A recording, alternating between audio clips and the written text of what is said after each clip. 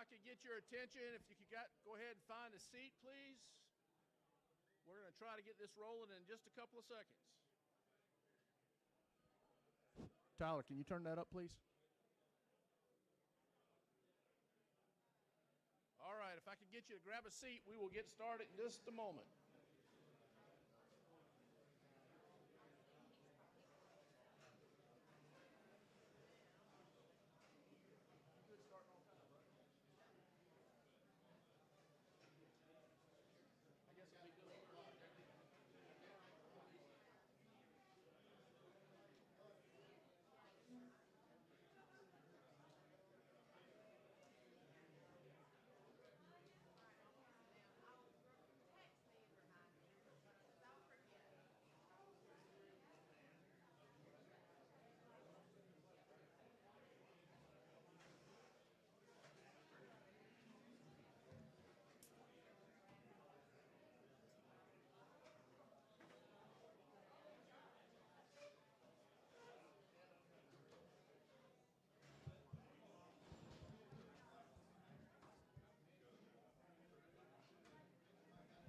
Helps you to see here.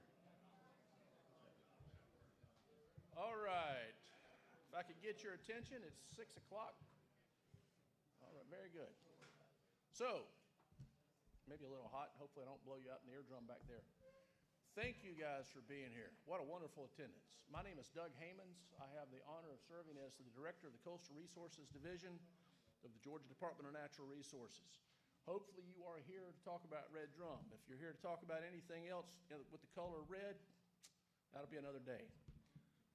Laughter. Or not, okay? That's all right. This is red drum, not red snapper. Before I get rolling, I do want to thank the members of the Sapelo Saltwater Fishing Club for once again rolling out the carpet for us and allowing us to use this room. Fortunately, it's just big enough, and so thank you very much, Sapelo Saltwater Fishing Club. I am the Director for Coastal Resources, but tonight I serve as the Atlantic States Marine Fisheries Commission Public Hearing Officer. I serve as the Administrative Commissioner on the Atlantic States Commission, and I chair the Cyanids Board, which this draft addendum was developed under. Tonight you'll be hearing from Ms. Tracy Bauer of the Atlantic States Marine Fisheries Commission about the draft addendum. I have a note here before we go too far. Please make sure that your cell phones are silenced, and if you haven't signed in before the end of the night, please do sign in the back. Thank you, I appreciate that. Okay, so back to my script. So I am the Administrative Commissioner. We have also the Governor's appointee here tonight, and that is Spud Woodward. Along with Representative Trey Rhodes, who is the Legislative Commissioner, the three of us make up one vote on the Atlantic States Marine Fisheries Commission. So Spud and I sit on the Cyanids Board, and ultimately, whatever moves through this process, we will see again on October the 30th.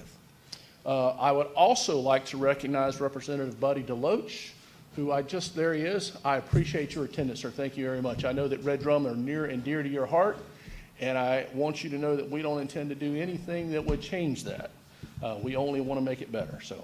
So this is a public hearing for Red Drum Draft Addendum 2 to Amendment 2 of the Redfish Fishery Management Plan, developed by the Atlantic States Marine Fisheries Commission. As I've already said, Ms. Tracy Bauer will be presenting to us background information. After Tracy's presentation, there will be an opportunity for question and answer, and then public comment after the question and answer specifically on Addendum 2. This meeting is being recorded and webcast and will become part of the official record. Each person who wants to provide comment will be given an opportunity. We're asking you to provide your name, state of residency, and any affiliation if you are representing a specific group. After Tracy's conclusion and question and answer and public comment, we're going to conclude the Atlantic States Marine Fisheries portion of this meeting. And then we're going to move into the second half of this meeting, which will be what the state is thinking, what DNR is thinking about how to implement this addendum. And so Dr. Jared Flowers will present during that half of it, but we won't get there. We'll wait for Tracy to finish. So when we do public comment, keep it to the addendum, and then we'll pick up the rest after the addendum. Everybody good with that? All right. With that, Tracy, the mic is yours.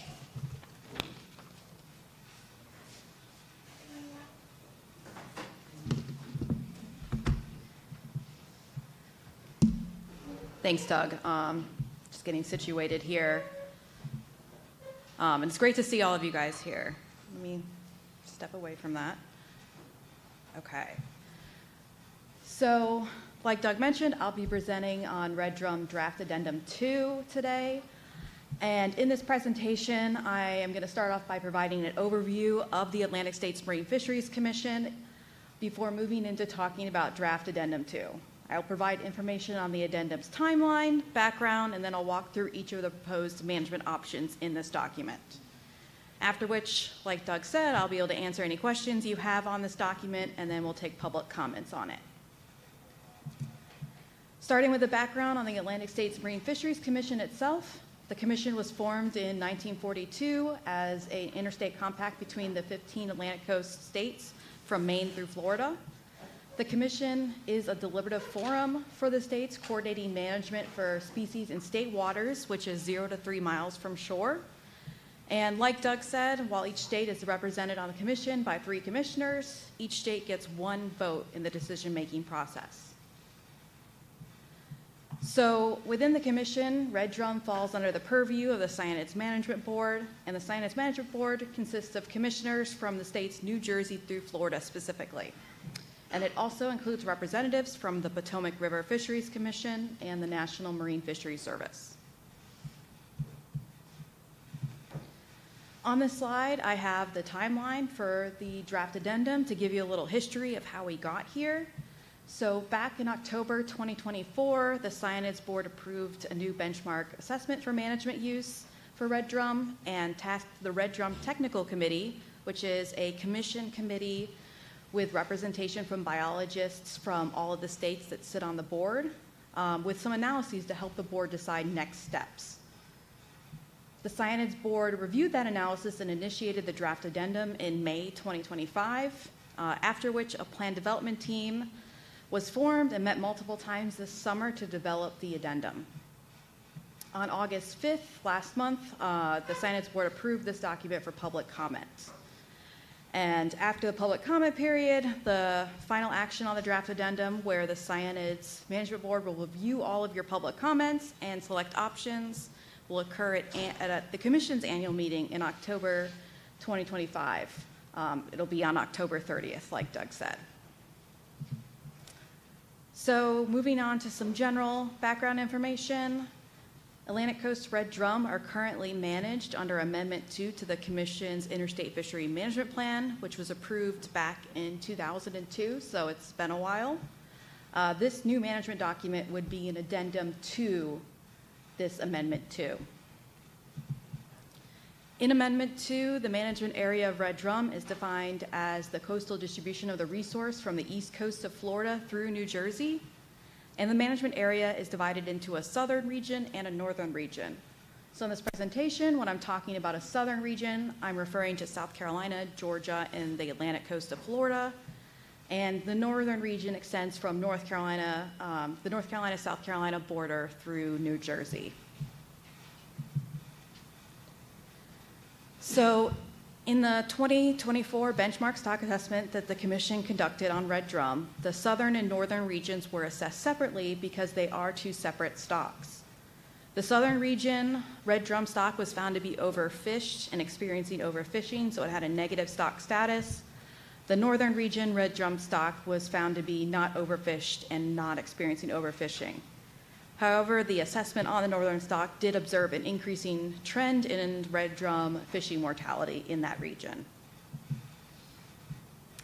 So Amendment 2 also established the biological reference points for Red Drum, and biological reference points are basically used to determine the status of a stock, such as whether it's overfished or overfishing is occurring. And the specific biological reference points defined in Amendment 2 are focused on the fishing mortality rate. First, it defines the overfishing threshold as 30% spawning potential ratio, or SPR, which results in an overfishing determination for Red Drum. So to put it into perspective of what this means, the figure on the slide, which shows results from the 2024 benchmark stock assessment for the southern region, values in the most recent years are below that solid threshold line, showing or indicating that overfishing is occurring in these recent years. The target, which is what we're aiming for, is defined as 40% spawning potential ratio and is that upper dashed line on the figure. When you go through the options, you'll hear me referring to 40% SPR or F40%. These are the same things, they're interchangeable. Same thing goes for 30% SPR or F30%.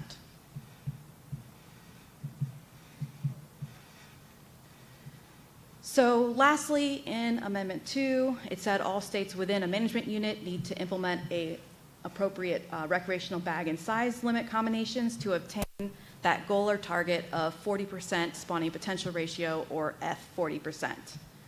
And Amendment 2 actually specified a specific analytical method to use to determine what regulations obtain that 40% spawning potential ratio, and it did not provide any flexibility for states to use any other method to accomplish this.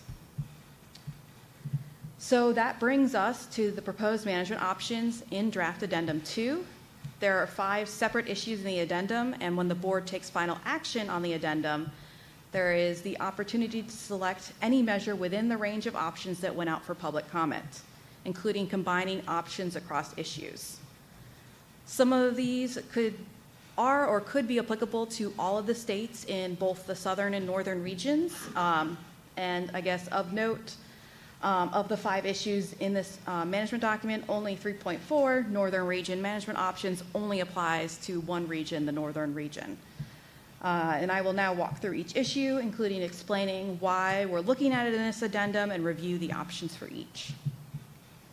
So first, Section 3.1, alternative state management regimes, which would apply to both the northern and southern regions. This issue in the addendum directly addresses that problem I just mentioned, that states can no longer use that analytical methodology in Amendment 2 to determine which regulations obtain the goal in Amendment 2, that F40%, as the methodology in Amendment 2 is no longer considered the best available science nor directly comparable to the outputs from the modern 2024 benchmark stock assessment. Like I said, Amendment 2 was back in 2002, so we've done a lot more since then. Science has changed, et cetera. So instead of Addendum 2 specifying a specific new method to determine which regulations allow states to achieve the goal, the board expressed interest in allowing for future flexibility by developing just a process which allows states to propose changes to regulations in response to new information on the stock. And as a part of this process, new methodologies to estimate the impact of regulation changes on catch could be proposed and approved by the board. Importantly, establishing this process would allow the southern region states to respond to the results of the most recent benchmark assessment. So to reiterate, this issue does not specify specific options for southern stock states, but it describes a process that the states would use to propose new regulations. We always need to include a status quo option in our management documents at the Commission. So in 3.1, there's option A, where red drum management would be continued to be limited to what's in Amendment 2 to determine the impact of regulations on catch and fishing mortality. 3.1 option B would establish this new process to allow states in either stock to propose changes to their management measures. This process would typically occur following the acceptance of a stock assessment for management use by the board to end and prevent overfishing. So option B also includes language to clarify that if a state has already implemented regulations to reduce catch following the final year of an assessment, data from the Recreational Data Program MRIP could be used to estimate actual realized reductions achieved to determine the impact of those regulation changes on catch. So I will briefly run through what Draft Addendum 2 lays out as the process in option B. First, states would develop proposals with bag size and vessel limits using a board-approved methodology to determine what regulations meet the management goal. The draft addendum provides further detail on how states within a management region can work together and what sort of information would need to be in the proposal. Next, the proposals would be reviewed by the Red Drum Technical Committee to ensure that the data and analysis are technically sound, basically to confirm that the proposal follows that board-approved methodology. If the state wishes to gather public input within their state on the regulation options they're putting forward, they can do that at any time in the process. It's really up to the state on how they want to get public input on what regulation options they're looking at. After technical committee review, the proposals would be presented to and approved by the board, and then finally states would select one of the regulation options to implement. Next, we will review section 3.2, allow alternative methods to estimate fishing mortality for use in management, which may apply to both the northern and southern regions, but this is a decision point for the board in October. So section 3.2, allowing alternative methods to estimate fishing mortality in the draft addendum, originates from a request by some members of the board. This issue is meant to proactively address concerns from board members that delays to future assessments of red drum may delay the state's ability to reevaluate the impacts of red drum management on the stock, or for states to use outdated methodologies to provide management advice. Current commission guidelines found within the commission's technical committee guidance document state that alternative analyses or methods to assess a stock should be submitted within the commission's assessment process.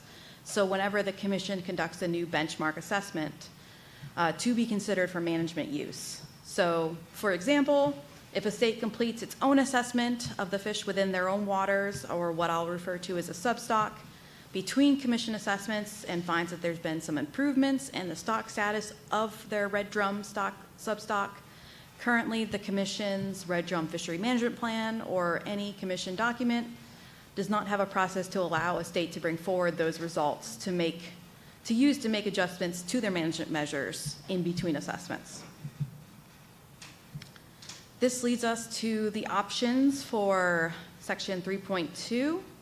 First, there is option A, which follows current guidelines in the technical committee guidance document that outside assessments should be brought forward during a commission benchmark stock assessment if a group would like their assessment to be considered for management use.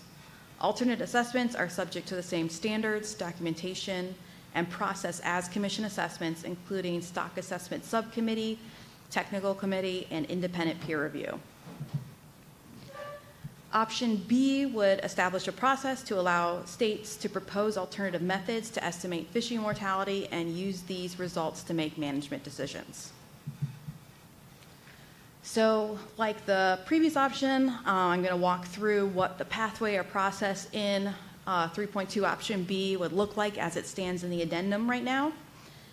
In this, if this option is selected, states would be able to submit their methods or analyses to estimate changes in fishing mortality to the technical committee.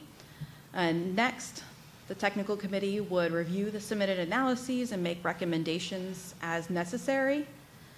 The board can also recommend it be reviewed by the commission's assessment science committee, which might happen if they believe that additional or independent expertise is needed to review the science that's being put forward.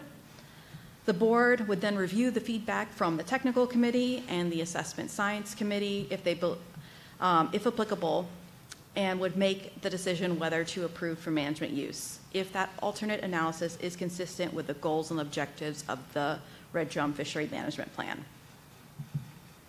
So to put everything together and how this fits in the bigger picture, if the analysis is approved for management use, the state could then follow a similar process to what's laid out in that first issue I discussed to submit proposals with new management measures and get those approved by the board. In the development of the options for this issue, the Red Drum Technical Committee provided some guidance on important considerations for using information on a substock versus the entire stock to manage red drum.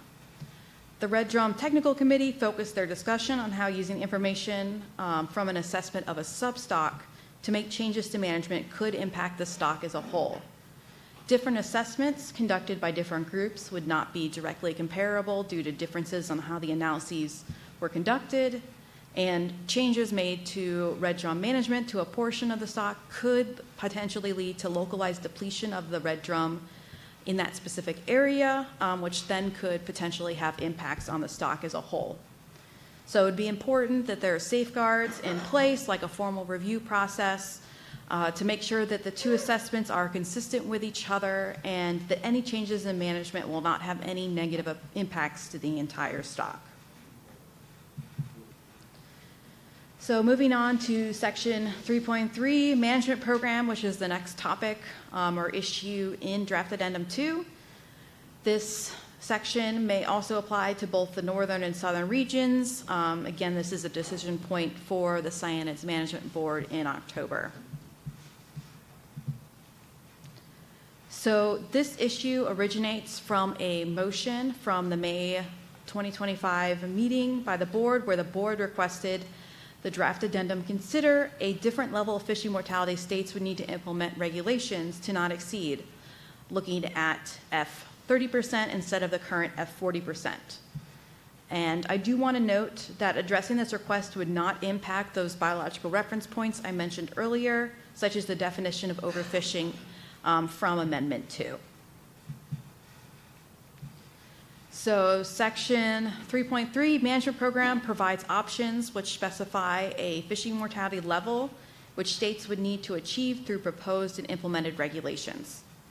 Option A, status quo, is that states must implement the appropriate bag and size limits which obtain the target F40% spawning potential ratio, or 40% spawning potential ratio, or F40%. Again, these two are equivalent. Option B establishes a required fishing mortality level of 30% spawning potential ratio, or F30%, which states would need to achieve to end overfishing through proposed and implemented management measures, with a target of decreasing fishing mortality below the fishing mortality associated with 40% spawning potential ratio.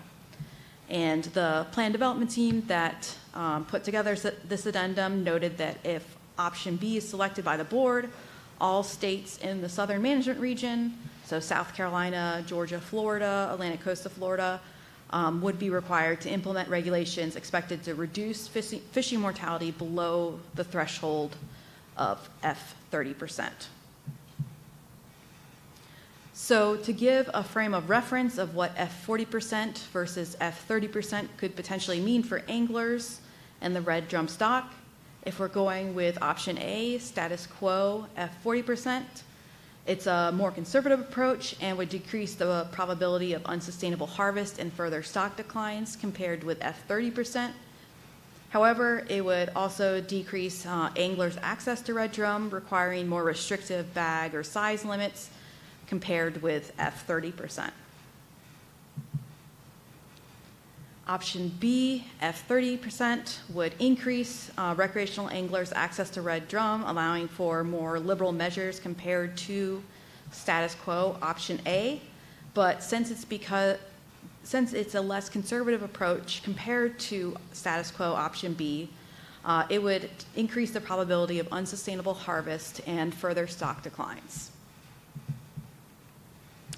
In draft addendum 2, there's an appendix 1 at the end of the document with a table based on results of the 2024 benchmark stock assessment that shows what F30% and F40% would actually mean for the southern region at this time. And meaning like what percent reduction in catch the southern region would need to achieve for both option A if we remain status quo with F40% and option B, F30%. With option A, the southern region would need to make changes to the regulations to achieve a 28.1% reduction in catch, which is harvest and discards. And with option B, the southern region would need to make changes to the regulations to achieve a 14.4% reduction in catch. And again, this is specific to the 2024 benchmark stock assessment.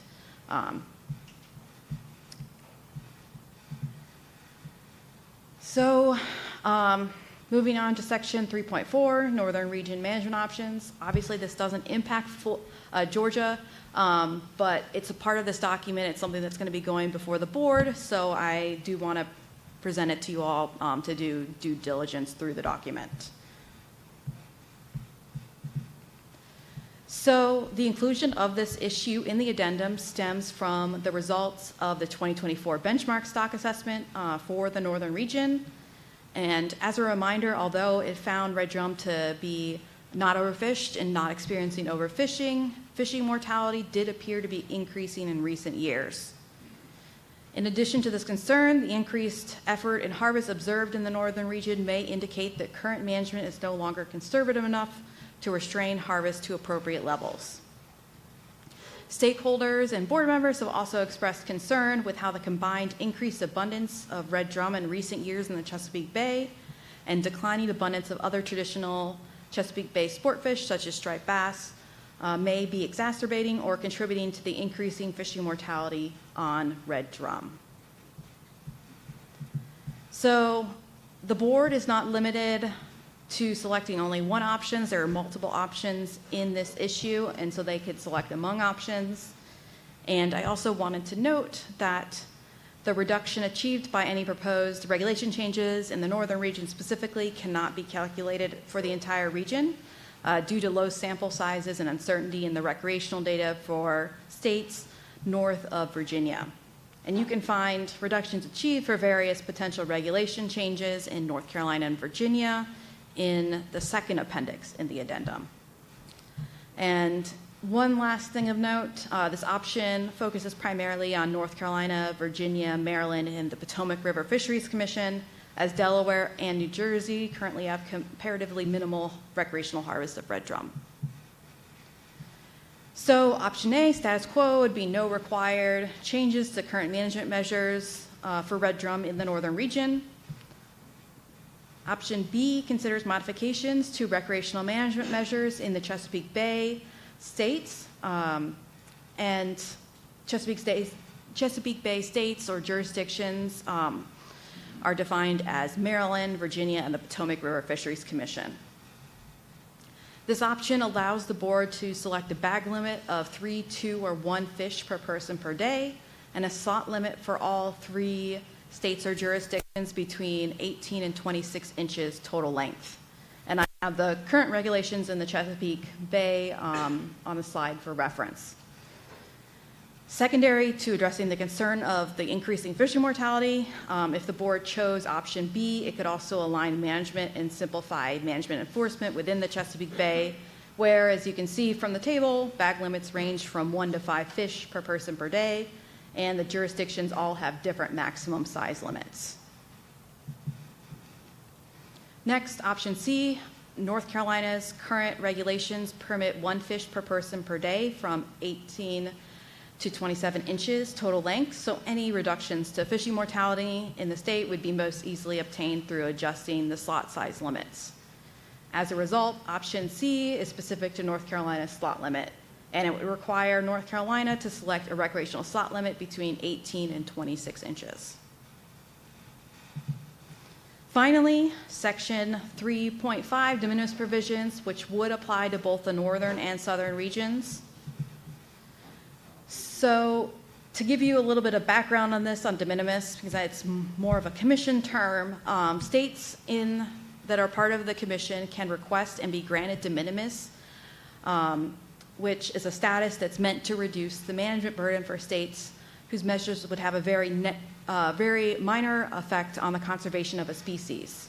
So currently for red drum, New Jersey and Delaware are both de minimis, and those are the only 2 de minimis states on the Atlantic coast. In 2022, the Commission's policy board had approved an updated policy for de minimis, which provided guidance on de minimis provisions for all Commission species. And currently, Red Drum's Amendment 2 does not provide any specific guidelines for evaluating whether a state should be considered de minimis, nor does it establish any measures for de minimis states as this new policy requires. So this draft addendum is basically an opportunity for us to go in and update red drum management for the Commission and establish these provisions in the red drum FMP. So Red Drums Amendment 2 does not have any specific guidelines, like I said, for evaluating whether a state should be considered de minimis. And a state is currently considered de minimis if the average total landings for the last 2 years is less than 1% of the coastwide average. So option A would maintain this status quo. Option B would update the de minimis provisions in Amendment 2 to align with the guidelines from the Commission's de minimis policy from 2022. And instead of looking at a 2-year average, this option considers a 3-year average. Since we're dealing with highly variable recreational data, it made a little bit more sense. In addition, option B considers de minimis regionally, even though it has not been done that way for any commission species. And the reasoning behind this is that the northern and southern regions are 2 separate stocks. So we're considering looking at de minimis separately as well.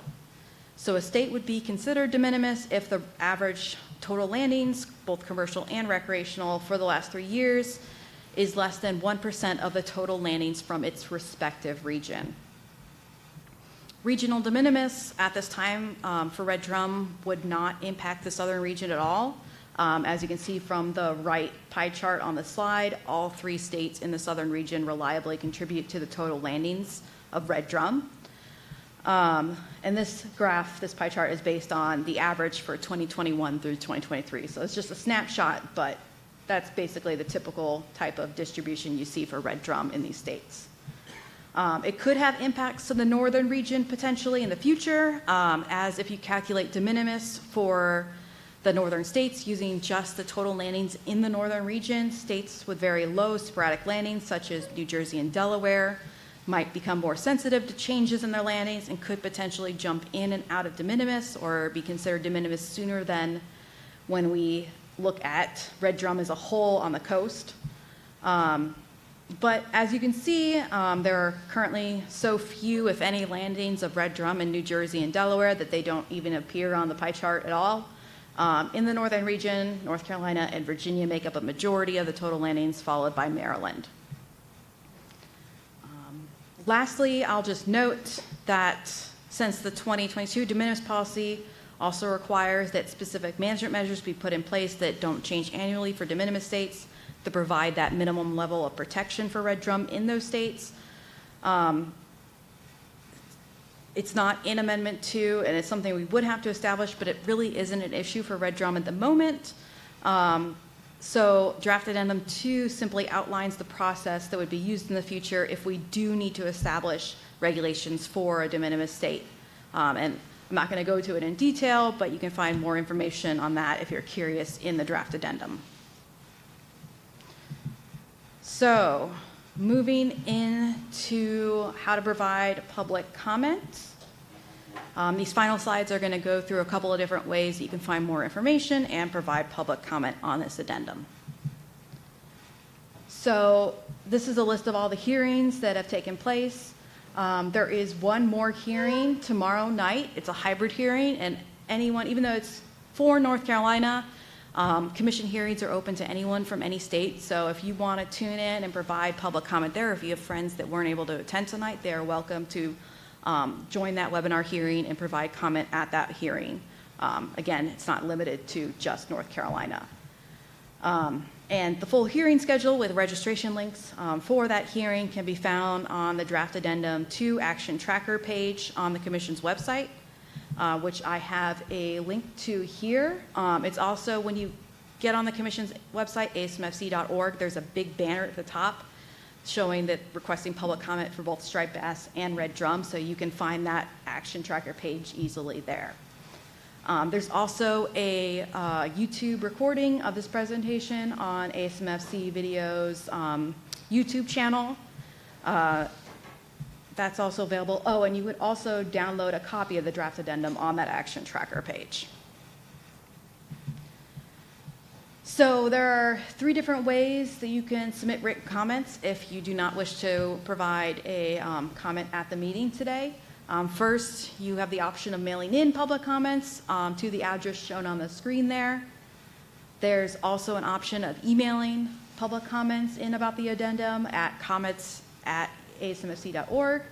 with the subject line, red drum, draft addendum 2, and that just helps me filter out what stuff it pertains to red drum, because obviously there's a lot coming in for striped bass right now as well. And then you also have the option, there's a comment form on that red drum action tracker page that you can easily provide a public comment through that little form.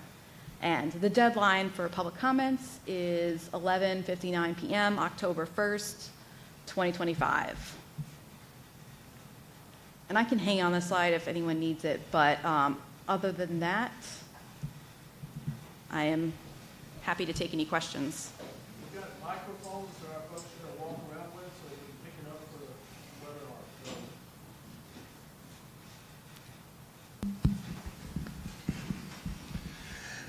Hello, my name is Kevin Zern. I'm a charter captain out of Brunswick, St. Simons. I'm also on the Finfish Advisory Panel for the state of Georgia. I just want to ask a few questions. Maybe you can help me or understand this. So we're at 28.1% in Georgia. We would need only 1.9% to get to 30 to comply. Is that kind of correct with the numbers? Versus going to 40, we would need, to come up 11.9%. So is that? No, if I'm understanding your, are you saying like what are we at SPR? So we're at 28% right now, 28.1 in Yeah. Georgia, and then we need to get to 30. That would only be 1.9. If we get to 40, that'd be 11.9. Correct? Is that? That's not exactly how it works. There's some projections that went on that estimate that like 28.1% reduction versus. Was Yeah. that number the number we're going to go on based on where we have to get to? Yes. Well, then that's Yeah. the only number. Matters, Okay. right? Okay. Yeah. Right. Sorry. Okay. So for public comment, this is what I will leave everybody here with, and this is my opinion. If we only go to 30%, we are setting ourselves up, and in Georgia, y'all know that it is a pain to make any changes. Unlike Florida, they can just go, hey, we had a cold snap, we're shutting it down. We don't have that option in Georgia. So I'd like for everybody to be thinking about what we're going to be doing for the next 10 years. We have more pressure in Georgia than we've ever had. They're making more boats and more people coming from middle Georgia and other places to come fish our area. So whatever your comment is or whatever you're doing, please think about, we're trying to protect this fishery, but also make it better. It's not about just doing the minimum. We want to set it up for the next 25 or 30 years, not for the next 5 years. Because you might catch a lot of redfish on your dock right now, but 2 more developments put on your bluff that you live, and all of a sudden those redfish are gone. So I just want everybody, I know there's going to be a lot of comments, but please kind of be thinking about long term, not short term, on where we're going with this management practice. Thank you for your comment. First off, thank y'all. Hang on a second. I just want to remind folks, so for this portion, let's keep comments to the presentation. I know Kevin's comment specifically to kind of what the state's going to do. It does fit with the percent reduction that's presented here, but just remind us, let's try to stick to the addendum, and then we'll talk after that about what we're thinking about doing. First, thank y'all for coming down and setting up this meeting so we can have an opportunity to ask questions and understand better instead of just reading from a document. It always helps me to hear it firsthand and see. So thank y'all for coming down and doing that. I have a few questions. They all kind of tie together. I don't want to take up time. I can ask them all at one time, or we can split them up, whatever y'all prefer. Carl Evans, I'm sorry. I'm from Brunswick, Georgia. I'm a charter captain, also a recreational angler from there. I also serve on the Finfish panel as well. The first question I have is related to how it's set up with option A and option B. To me, it appears to be 3-pronged. You have the alternative methods that could be used by the state to propose changes. Mm-hmm. You have the SPR threshold changes, the 30 to 40, and you also have the de minimis provisions. So it's kind of 3 areas that are encompassed in each option. My question is, are they all tied in? So say we want to stay at a 40, or we want to stay at the 40%, but then we also want to have alternative methods. That's not an option available. It's kind of all or nothing for the 3 prongs there. Is that correct? If I understand your question correctly, you could select 40% and have alternative methods. Like you could do no action on the alternative methods and select 30%. Like they can do any sort of combination. Okay. Any of the issues aren't really dependent on the other. Is that what you're getting at? Yeah. Yes. So for example, if we wanted to, if the commission decides that we do want to allow states alternative methods for research, then you could also still maintain the 40%. Correct. Okay, Yep. perfect. Thank you for that. The next one would be, can you define, because it's used in the language, can you define for me what the commission says is public access? Actually, it says public access to utilize the resource. Yeah, so that came about just in discussions with the plan development team, and there's no formal definition of that within the commission. It was more, like I said verbally, but it wasn't on the slide, it's more of like more restrictive regs versus more liberal regs. That's what that at least is sort of denoting when it's talking about access. More anecdotal than, specific percentage, would you say? Yes, correct. Okay.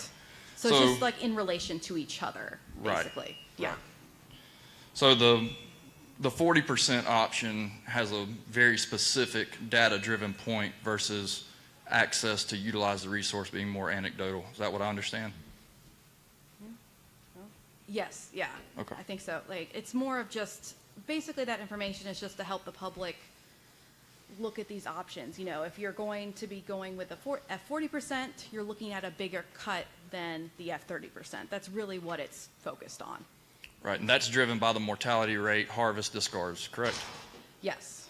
So access to utilize the resource would mean they can either keep or kill more fish. Yes. By that Yeah. standard. Yes, I mean comparatively. Okay. Yeah. Access meaning more fish or less fish. Again, going back to restriction of regs. Right. Okay, thank you. The third part, the 40, we're currently at the target, the language is target 40% of the SPR, correct? But the 30% is the threshold at which it's deemed to be overfished. Overfishing. Overfishing, Yeah, sorry, it's very sorry. confusing. No, Both no terms worries. are very, yeah. Please, but yeah. if I miss Yeah. something, let me know, because just a South Georgia fisherman trying to figure it out. To me, what I see there is that at 40%, we have a 10% margin before we hit that threshold of overfished. Is that correct? Yes. So action would be taken or required by the commission at the 40%, 10% above where we hit that margin of being overfished. Is that correct?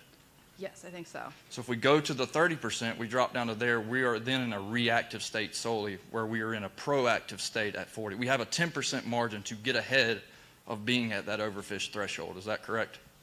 Yes, I think so. So if you're doing the F30%, the requirement basically is that states have to get to back up, the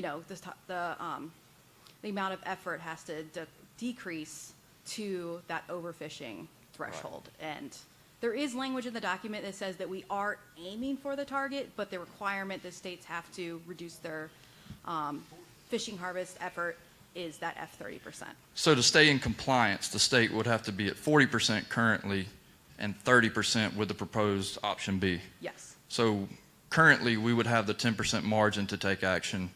30%, we would just have to take action at the point of overfishing. Not exactly. That's just basically when we're taking action is when we get like an overfishing determination. So it's more of a reactive type consequence. So we get a stock assessment in, it says that we're overfishing, so we need to take action, and it's really just what we're aiming for, whether it's the F30% or the F40%. Is the current requirement at 40 for the state to stay in compliance? Yes. Okay. So they're required to take action currently at 40. If we were to drop it at 30, they would not be required to take action until that 30. Is that correct? It's not exactly, at least, yeah, you'd have to bring it up. Yes, we're below 30 now, so basically if we're overfishing, then we have to bring it back up to that F30. Right, but right now, it's that F40, so we have to, like you said, go that extra 10%. Okay. That's all the questions I have. I appreciate you Sorry. taking the time. You ready to go? My name's Joe Morris. I'm down in Savannah, up in the Savannah area, fish mostly Lake Ossipee Sound. And I believe it was 3 years ago we had a forum something like this, and it was worried about overfishing and worried about the South wasn't doing good, the North was still holding their own. And I think we went through the comments and drug it out. I think they kind of just put it on hold because I think some of the older fishermen wasn't putting in the right data. But the long story short was about 6 months after that program had been just put on hold, I'd called down to DNR And we're just trying to say, where does it stand? Where does it stand? And the lady said, well, let me talk to biologists. Y'all correct me, if anyone DNR, y'all correct me if I'm wrong. They said, I talked to one of the biologists, very helpful, very knowledgeable. He said, the best year we've ever had. The best year we ever had. We're fixing to put guidelines that almost cut it all in half. And then when they finally did the data, it was the best year we ever had. That stuck with me, and I said, I was kind of surprised to see this when it came up. But one thing he told me, he said that the Altamaha drained a third of Georgia. I didn't know that. He said it affects it down south. So now I know a bunch of people in the south is having a problem. Up north, the biologist told me, he says, we never have a problem up north. Wausau and Ossabaw, never had no problems. Always plenty of fish. But what I want to ask, numbers, I looked at your 150-page data that came with the email. And I think I read everything there. But 150 pages plus, and what I got from that, did anybody read that? Did anybody read that 150-page document? And you know what I got from that? Is everywhere I said they didn't have to, they wasn't sure of the data, they wasn't conclusive. I just give that a don't know. We really don't know about this. One year, I think one of the things y'all get y'all's data from is the freezers on the docks, correct? That might be in there. One. Yeah. That's one way y'all get it. Yeah. And you realize in that report, for an entire year, 365 days, there was nothing in those freezers by y'all's report. 365 days, no one had participated in this program to help y'all come up with data. Now, I'm not sitting there going, it's not the management, but I mean, 3 years ago, I think y'all, if some of you heard me, I said, it's more bass now, we call them bass, more bass now than there's ever been. And I was talking to some fellows a couple of days ago, that was about 3 years ago. I said, I'm going to ask y'all a question. Is there more bass now than there was 3 years ago? And they tried to think about it and said, well, yes, there is. Yes. Now, I don't know about down south. I know people have some problems with that. But let me tell you right there, that's what I have a problem with right there. Mr. Joe, we're going to be here tomorrow. We keep the story. I mean, you have a specific question. Okay, that's what I'm saying. Right there, that they fixing to have a tournament on Tybee Island. Y'all may be involved. I don't know if y'all involved in that, so you know about it. They fix to start yanking these things up on the pier, on the dock. Everyone in here knows that's a bad situation. We know that. And here we're talking about counting 4 and 5 fish and all the common sense we see. All right, one more question. I'm going to cut it. All right. The 40% to 30%, is that whole East Coast? Yes, right now the 40% is a requirement for the whole East Coast. All right. And Georgia got the most marsh on the East Coast. You know what I'm saying? We got the nursery areas of the bass. We'll agree with that. Everyone agree with that. They come in, they land, we'll agree with that. So bass don't travel, but so far by y'all's documents, correct? Bass don't migrate, but so far. So we're not going to produce bass here to go to Florida. We're not going to produce bass. Well, there's enough evidence. the data, that's what your data says. That's what you read 150 pages. There is enough evidence that there's a mixing between South Carolina, Georgia, and Florida doing the tagging studies. Yeah. I'll make one more plea. Let's stick to Addendum 2 so we can get through this tonight and get to the Georgia portion. One more plea. Well, Doug, if you're going to try to talk me to cut it short, that plea ain't going to do it. I want to say a couple of things. The question was, I have several questions, but the first one is, there's one vote for each state, and that vote has to do with, in other words, are you saying that Virginia can vote on our limit? Currently, yes. That is something that's being discussed at the commission at this time. Well, that makes absolutely no sense. They don't come down here. They don't know what kind of fish we got. Yep, yeah. And I understood that as the last time when we did the red snapper. Mm-hmm. They vote on how many fish we can catch here. Red snapper is federally managed, so we do Well, not do that one at the okay. commission, but Where is that right now? red snapper? We can catch I'm one sorry, red snapper. again, it's federally managed. Yeah, yeah. Now you've showed us several statistics up there, Yes, and I've dealt with statistics all my life. And you can take a statistic and you can make it read any way you want to. I can take all those statistics you've got up there and give me a day or two, I can turn every one of them around. So those statistics mean nothing. Mm-hmm. If you don't go and look at the fish that's been caught, do the creel count, you're not doing anything. Mm-hmm. And the DNR is not doing that. That's the only way you can tell about the fishing is to do a direct creel count. Are they doing that?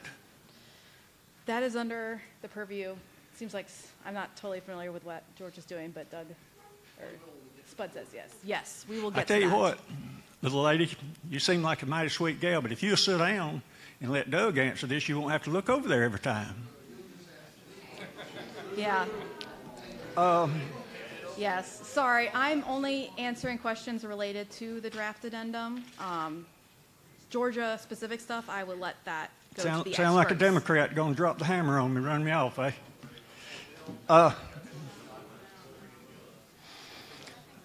I've looked at that thing and I read that whole thing as you put it up there. And that thing has already been approved. There's no doubt in my mind because it's been lawyered to death. You could read the language in it, and it's been lawyered to death, and it's already approved. We sitting up here talking about nothing. I wouldn't say that's the case. This was just put together by a couple of scientists, no lawyers involved, and honestly, I have no idea what the board is going to pick. No guess at all. Another thing I want to say is the size of the redfish. The last time we had this issue with redfish, they said we need to let those big redfish go because those are the breeders. They're the ones that lay the eggs. The other states have limits up to 27 inches, that's your breeders. Why are they killing off the breeders? You want your 14 to 18 inch fish to be the ones you keep. You don't want to keep fish that are the breeders. And their proposal is to keep the breeders. 27 is when they begin to spawn. That's what they say. I can't hear you, Doug. 27 is when they begin to spawn. That's when they begin spawning. Yes. So that's right at the cutoff. Yeah. Yeah. Yeah. All of these slot sizes are subadults, so they haven't begun breeding yet. That's all of the harvest is on subadults. And like this fellow right here was talking a while ago about them redfish. Like you were talking about those redfish a while ago. Everybody that fish for redfish their life through knows that the redfish, the trout, and even the old saltwater catfish are cyclical. For years and years, you couldn't put a hook in water without catching old saltwater catfish. And then for about 10 years, you couldn't catch one. And now they back. It's cyclical. It'll go up and down, up and down. Same way with redfish.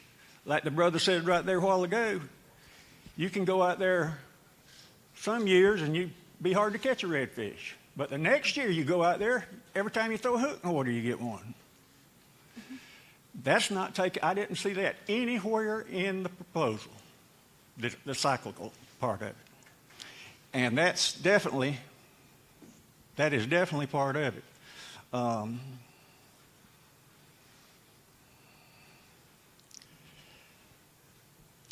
It was brought up up there about outdated and obsolete methodologies to attain the information. Mm-hmm.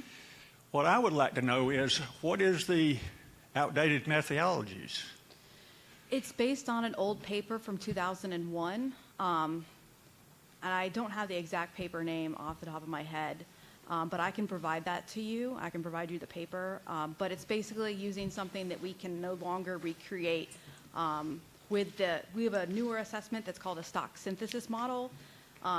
Very, even for me, I let the stock assessment scientists handle that, but it is no longer compatible with that old paper from 2001. Obviously, that was a long time ago. Fisheries science was doing different things to assess stocks back then. So we now have better ways to look at stocks and get information that we need to be able to reduce fishing mortality and what sort of regulations would impact that. The only way that you can do your methodologies is to count the fish. You got to count the fish and see how many's coming in. So we will show you drill results in the Georgia presentation. Do what now? We will show you drill results in the Georgia presentation. We'll show you independent work and dependent work. That's Georgia specific to the Georgia side of this. I'm going to ask you respectfully, sir, if I hand the mic off, let's come back to some of your questions once you see Jerry's presentation for Georgia specific information, okay? Well, Respectfully, because there's a lot of people in the room, and I know a lot of people. I'm going to do that, but you ain't going to want to hear what I got to say in the second half, I can tell you. It's okay, I've heard it all. Thanks, sir. No, you got somebody back there.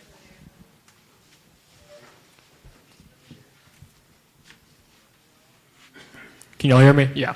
Okay. My name is Zach Marco. I'm a charter captain just over the border of South Carolina. That's where I live, and I run trips in both South Carolina and Georgia.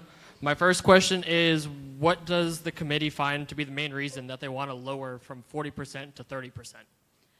That is something that, the reason it's in here is we were given direction by the board, and the board has their own reasons for that, and I might hand that over to Doug as a member of the board to answer that type of question, because as like the commission and what we work on, we are all basically subject to what the board is asking us to do, and Doug, if you wanted to answer that one. So remember, this is a complicated process, and it's across 3 states that this assessment was conducted. Part of the reason why is that Florida has already changed their regulations a year after the terminal year of the assessment, right? And so they were given no credit for what they had already lowered their limit to.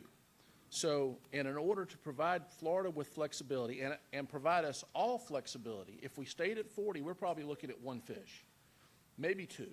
But to give us all some flexibility, we put 30 and 40 in there, into the alternative. What you will see when we finally get to the Georgia portion is we're seeking 35. We're trying to hit the middle. But that's part of the reason. You want to go into the science of the rest of the reason? I mean, it's not science. But no. Well, and there's another part to it. So that's the social part. So you can go back and look at the history too, the amendments for Red Drum. The thing to think about with the 30% is it's when you do commission work, which is the state management, it doesn't adhere to the Magnuson-Stevens Act, which is what we're used to using in the council. So the council has an overfished, overfishing threshold that we have to meet. You just have to be above, the fishing level has to be reduced enough below that level that you're allowing sustainability, right? So we're not picking a specific rate to reduce it to. When the amendment was done in 2002, they were told it has to be 40%. So by using a lower target of 30%, we're saying this is the lowest you can be. You're ending overfishing if you're above that amount, with the idea we're moving towards a target of 40%. So it's just giving us a little room. You're not being so prescriptive to say it has to be exactly 40. 40 may not be palatable for you guys in this room if we start narrowing it down just to that number. So as long as we're ending overfishing, which is really what the target is for management, is that we're above 30%. We can talk at the state level to be wherever you all want to be, and it's the majority of folks in this room that will help us determine if you guys want to be at 40%, we can hit 40%. There's nothing stopping us from doing that. It's just giving that amount of flexibility so that other states can be at a lower level to get credit for past management, which they're currently not getting credit for. And is overfishing defined as keeping too many fish or just being on the water and fishing too much in general? It's the fishing rate. It's the fishing mortality rate. Mm-hmm. So it's the rate at which the fish are removed from the population. So it's a function of fishing pressure in general. Okay, and then you had mentioned earlier that with the current status quo of 40% and with the new projected one of 30%, that in order to reach the 40%, it would be recommended that we change by, I think, 28.8% and I think 14.4%. If we are already significantly below the status quo and below the 30%, how can, and like, you know, technically we're supposed to be making regulations to be more strict to meet the current 40%, but we're already below 30%. Wouldn't that just make it even harder to pass regulations to, you know, increase the fishery as a whole if we just dumb it down even more? Yeah. So the issue that we have, and when Jared does his presentation, it might be a little bit more clear. Those percentages are not a function of the spawning potential ratio. That's actually the reduction in landings that we need to take. So it's a 28% reduction in the numbers of fish, not that we're sitting at 28% of SPR. Mm-hmm. So what we're doing is saying that in order for us to achieve an SPR of 40%, we have to meet a 28% reduction in the fish taken out of the water. So at that point, we talk about the bags and the creel limits that will help us meet that 28% reduction. Yeah, exactly. So like if we, and you know, we're far below the 40% threshold. So if we were to move it down to 30, would we be expecting to be at 18% instead of the 28.8% that we're at now? Yeah, no. 14% is the reduction we have to take to hit 30%. No, but like we're currently sitting at the 28%, which is below 30 and way below 40. So like No. That's what I'm saying is they're not in the same units. The 28% is the reduction in landings we have to take. That's not our SPR level. That's the number of fish that we have to reduce by. Because I was with you, but I misunderstood. But if I understand correctly, 28% of what we currently have would be like 1.4 red. If we had to get 14.4, it would be 0.74. That means we would have to decrease the limit. Okay, so then what is the current SPR then? If the threshold's 40 and the goal is, or the, So you want to move it to 30? The Was that current not 20? SPR rate that came out of the assessment. Was it not 28? Yeah, Those numbers. Oh, sorry, I'm going to let you do it if it's yours. so it is 28%. So I don't have an answer to your question off the bat. I can touch base with you after this to get you the exact number. But this slide here, this is the SPR by year. When we calculated the final number, we averaged the last 3 years to account for variability at the end of the assessment. So it looks like we're closer to It's somewhere around that area, but that's not the exact number. So it's even way worse than 30 then, still, regardless. So yeah, so we are below the threshold, and we're trying to get up to either that 30% or the 40%.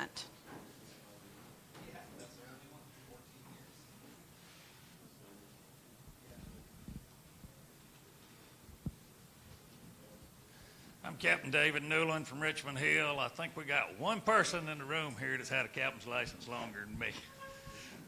I started fishing for a living in Georgia in 1978. We have caught more redfish the last 4 or 5 years than any of us alive have ever seen. Georgia is not South Carolina. Georgia is not Florida. We've been down this rabbit hole with the federal government on several occasions. What would happen if Mr. DeLoach and our state representatives said, go jump in the creek, federal folks.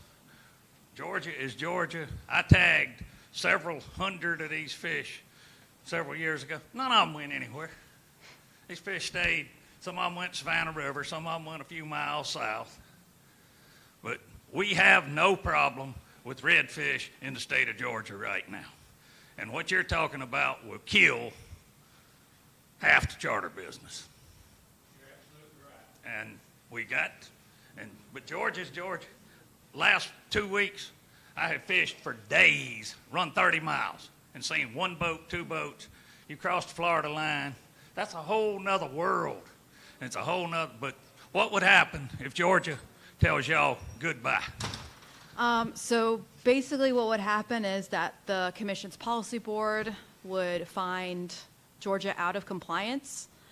And that would refer up to the Secretary of Commerce, and the Secretary of Commerce would make a decision of whether or not to act. And do what? If they find if our Georgia, DNR doesn't enforce y'all's laws, if the Secretary of Commerce agrees with the finding of noncompliance, they'd shut down the entire fishery. how could they do that if we didn't, if federal government? It's down that same rabbit hole. Like with the summer trout. Shrimp boats killing them by the millions, and we can't ever keep a third, and we can't. But thank you.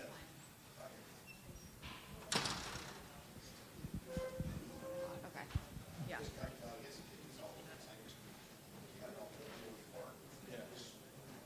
Are you good with that? Yeah, that's fine. I was just gonna, yeah.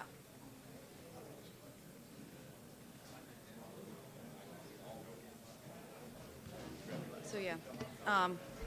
So, Yeah. Can I was just going to reiterate, thank them for comments, yeah. All right. I have the public comment information up here again. Again, thank you so much for all your comments. This is going to go to the board. It's going to be submitted to the board for their consideration, so we do want to hear from all of you.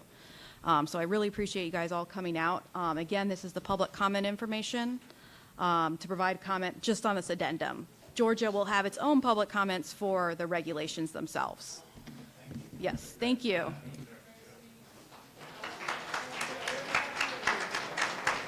okay, so thank you, Tracy, for your.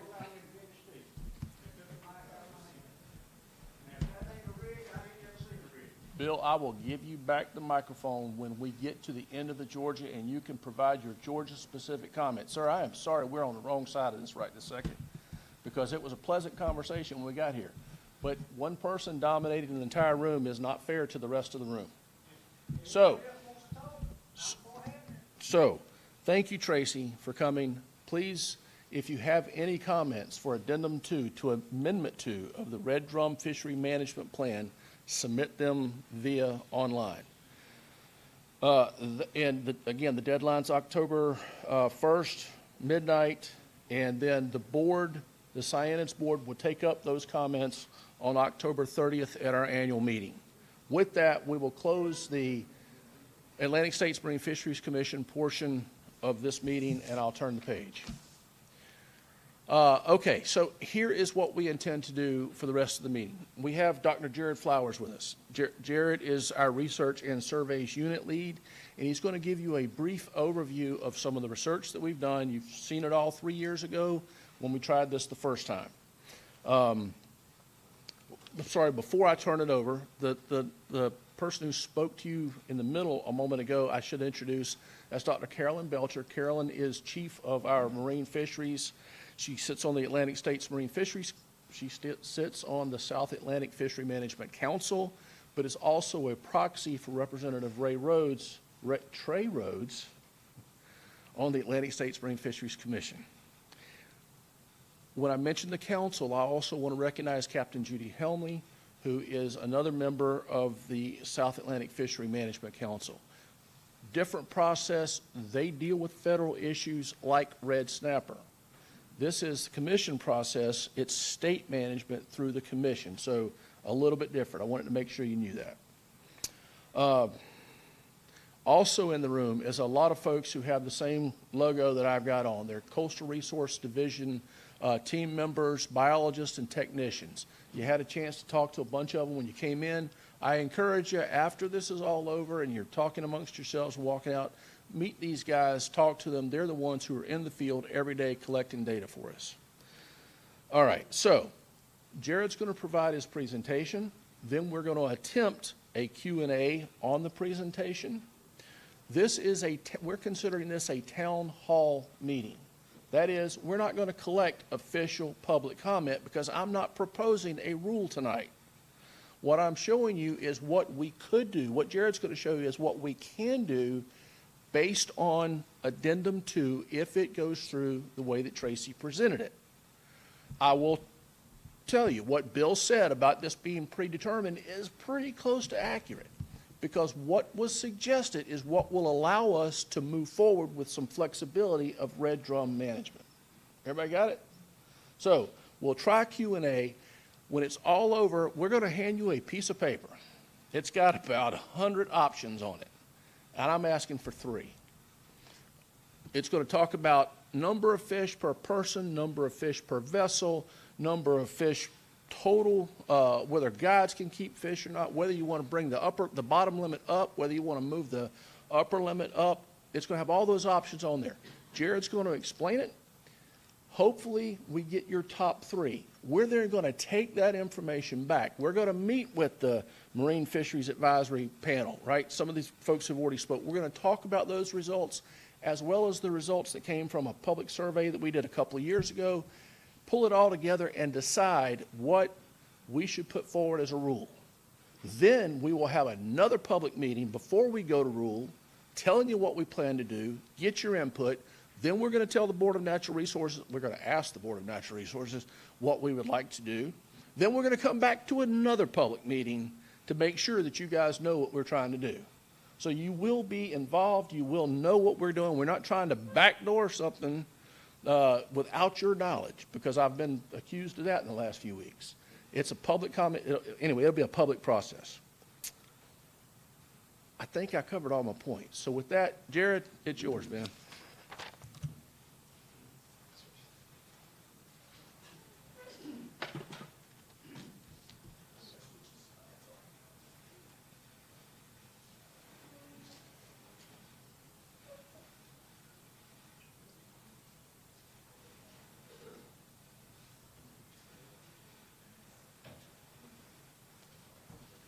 All right, so as Doug said, I'm Jared Flowers, and Research and Surveys Unit Lead. I oversee our fisheries independent programs. Okay. I oversee our fishery independent surveys, which look at red drum and a lot of other species, but it includes the net survey that provides the index data for red drum, and also our longline survey that catches adult red drum. So I'm going to try to kind of link what Tracy was talking about to our data and kind of where we've been, where we're going. So you mentioned red drum are managed regionally by the Atlantic States Marine Fisheries Commission. It's a compact among the states. It's a voluntary thing that we as a state signed into in 1949, 42. So, we're part of it, in all phases. The one thing that really point out is that when we have assessments, we provide our data to these assessments. So we're part of it. I was on the assessment committee for the red drum assessment. Doug's doing the management work. Like, we are active in this whole process. So it's not just kind of a regional thing that's out of our realm. We are deeply involved in it. But we're compelled to follow the fishery management plans developed by ASMFC that we helped develop. So for red drum status now, she talked about the assessment. The stock assessment came out in fall 2024. The stock is overfished and overfishing is occurring. The assessment passed through peer review, went through the process. It was accepted by the Cyanics Board for Management. And then the board requested additional information to help inform management, which this goes back to having the original tables that were built in the previous assessments that we could use for management that kind of set recommendations, to set things like limits, to redo that. And as it turned out, because the methodology was different in the assessment, a different type of product was produced, which is kind of part of the reason we're also where we're at now, because we couldn't reproduce the original thing that we're managing with, so they had to kind of approximate a different way. So nothing's really changing, it's just the method of where we got those numbers have changed, which kind of tweaks how we interpret those. Just to kind of hit our terms, since they've come up a lot, overfishing means that fish are harvested faster than they can reproduce, so you're moving out of the population too fast. And successive years of overfishing can lead to a population that's overfished, where the stock is depleted to a point where it can't properly sustain itself over time.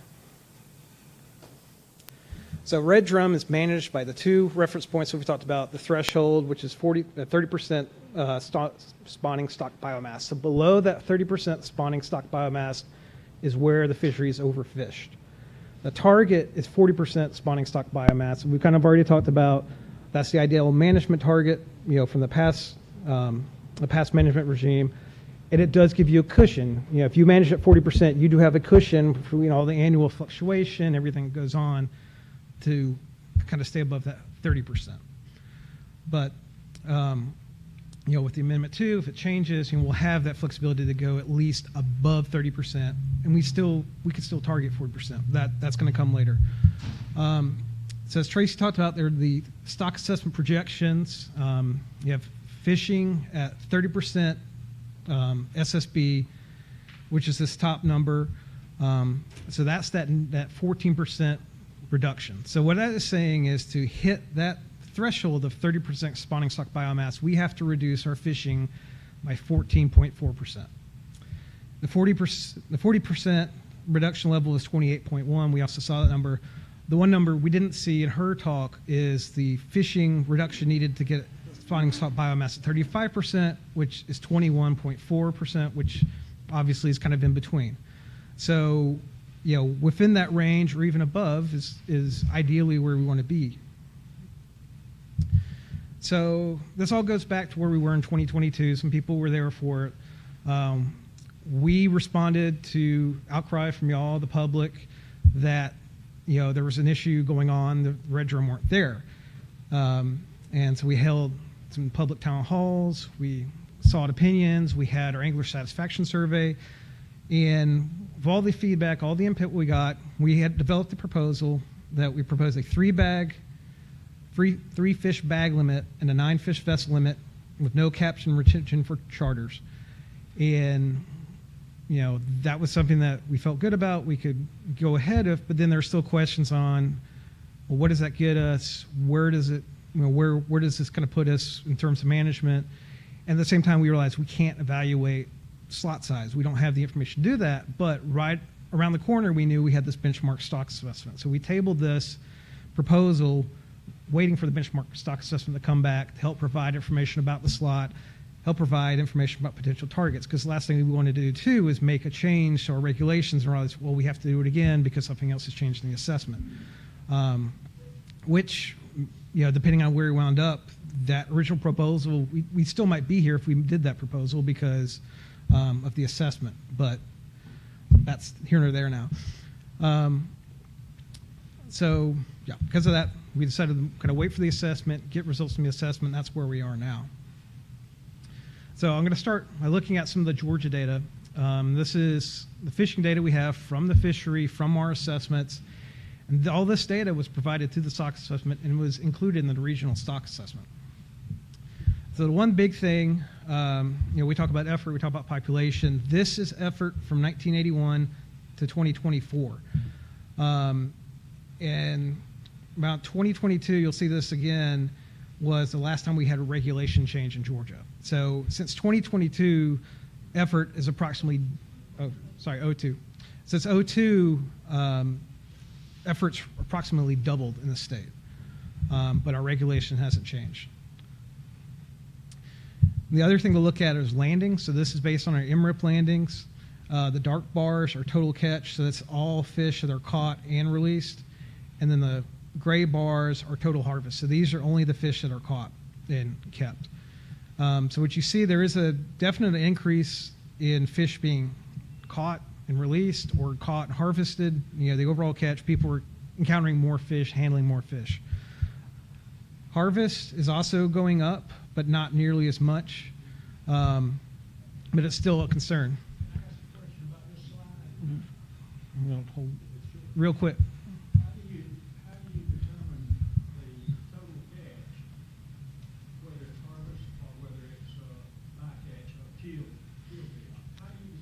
This all comes from the dock surveys from MRIP information. So it's what Dawn and Julie and her group work on, that they talk to fishermen and the anglers and, you know, at the docks and get information that you keep fish, that you release fish.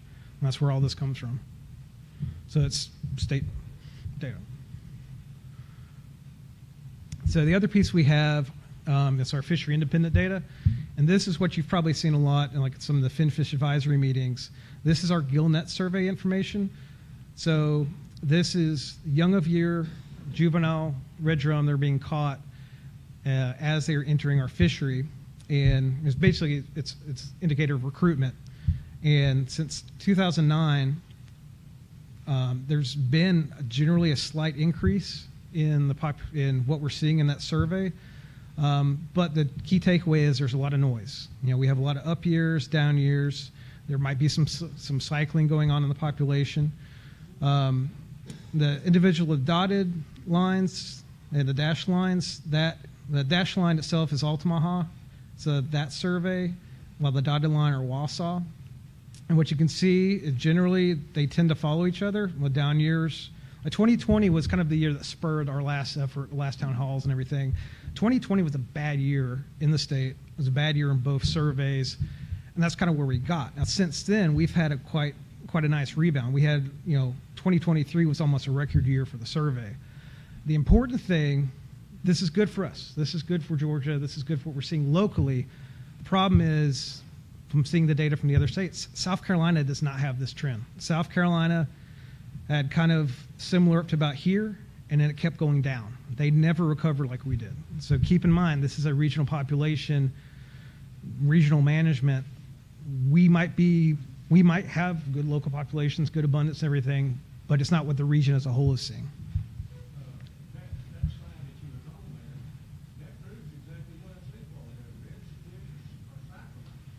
Yeah. Yeah. So that's where we are now. This kind of goes back to where Tracy was talking about seeking the amendment to the revision to Amendment 2. So it accounts for all the new stuff. This gives us some flexibility for regulation changes within the state. So from what I've seen from other states dealing with the regional thing, South Carolina and Florida are all managed as our group, but they individually have their own issues that are not Georgia issues. So having this flexibility in Amendment 2 allows us to do things kind of on our own terms, that instead of having some regional, singular restriction that we all have to go with. But still, we have to have a reduction to meet that regional level. So that's why we're here. I said, Doug kind of explained it. We were looking at angler input. We don't have, an idea of what we want to do. We have information from the past, from the last time we went through this town halls, the last, angler surveys and everything, but we don't really have a plan going forward. So this is just a regulation history from red drums to starting about 86 when the fishery really collapsed regionally. The first regulations went in. And the one thing to notice is 86 to 2002, there were quite a few changes going on. The slots, the creels, everything changed. We haven't had any change since 2002.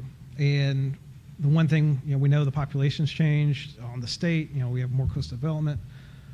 And just go back to this chart. Since 2002, we've had a lot more fishery effort, and that's a measured number. We just, we have a lot more effort. We don't necessarily have more fish. We might have the same number of fish, but they're getting hit a lot harder because more people are going out fishing. So this is kind of the big concern for us as a state. Yeah. Well, I'm going to keep. So just to kind of put in perspective for other states in our region, so South Carolina, Georgia, and the Atlantic coast, the east coast of Florida are all part of the southern stock. So South Carolina, currently the limit, their regulations are the slot is not less than 15 and no more than 23 inches in total length. They have a daily bag of 2 fish per person, 6 fish per vessel limit. As part of this process for them, they're proposing 6 options, which I don't have the options specifically, but they're either going to 1 or 2 fish per day with 2 to 6 fish vessel limit, with a 17 to 19 inch minimum length up to a 23 to 26 inch max length. The key thing is they're shrinking the slot from their current 8 inches to 6 or 7 inches. So a reduction in size of the slot, the width of the slot, with a reduction in bag. Florida, Doug mentioned, changed prior to the assessment, and they're managed by different regions, but the northeast Florida region, which is Jacksonville, kind of that immediate area close to our southern border, the slot is not less than 18 inches, no more than 27 inches total length. Their daily bag limit is 1 fish per person per day and 4 fish per vessel. And the Indian River Lagoon, which is the region just below that, is catch and release only. A lot of that has to do there with habitat issues they're seeing, but pressure is definitely part of it as well. So you don't have to put a lot of attention to this, but this is the information we have before. These are just some of the graphs from our 2017 Angler Satisfaction Survey and 2022 Angler Satisfaction Survey, looking at what y'all or people who were interviewed from Georgia were saying they were interested in seeing a slot. The problem is there was some interest in changing the slot and going to potentially higher slot, but they weren't given all the options. We're giving you a lot more options tonight and potentially moving forward. So to go back to these options, so this is all about the reductions we need to hit these SSB targets. And this, again, is the 30% target. So to hit an SSB of 30%, we have to reduce fishing mortality by 14.5%, roughly. 35%, we have to reduce it by 21.5%. And F40, we have to reduce by roughly 28%. So Doug kind of mentioned it. We, as a state, right now, as an agency, are recommending a target of at least 35% or higher. It's a more precautionary approach than just doing 30%, just for the fishery, for uncertainty. It gives a larger buffer given the increasing effort, because if effort is still continuing to increase and some of the other states, some of the regions predicted continuing increases in pressure and effort, then that gives us a buffer as that effort may increase over time. There's greater potential for regional population recovery, and that's one of the things that were in the assessment and the projections. The populations really isn't going to recover if we hit F30. If we hit higher, the population will recover over time. This is the regional population. And given changes, given what happens, if we have a more conservative regulation now, there's also less likely to have additional changes in the future. Because the last thing I think any of us would want, we change it now. 2 years later, it's another assessment. We have to continue to make changes because we're chasing things. If we can get ahead of things by having a better regulation now, that's something that we want. So as far as our options, we have quite a different avenue of things to do. We can just look at bag limits. We can change our bag only. We can do slot only. We can raise the lower limit. We can change the upper limit. We can shift the slot. We can just shrink the slot.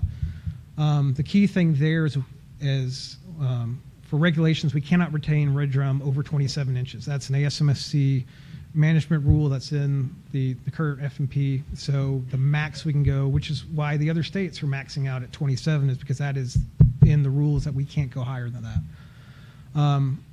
What might make the most sense for us is doing things like bag and slot combinations. So having a change in bag, a change in slot that's not as drastic, all told, but kind of a good way to kind of just have a good compromise. The other thing that we looked at before, it seemed to be a lot of popularity, no charter caption retention. That's definitely a beneficial thing to take less fish out of the water, but it doesn't really do a whole lot because we did the math and it's fraction. Yeah, it's small, so it's a good thing to do, but it's not really going to make much of a dent.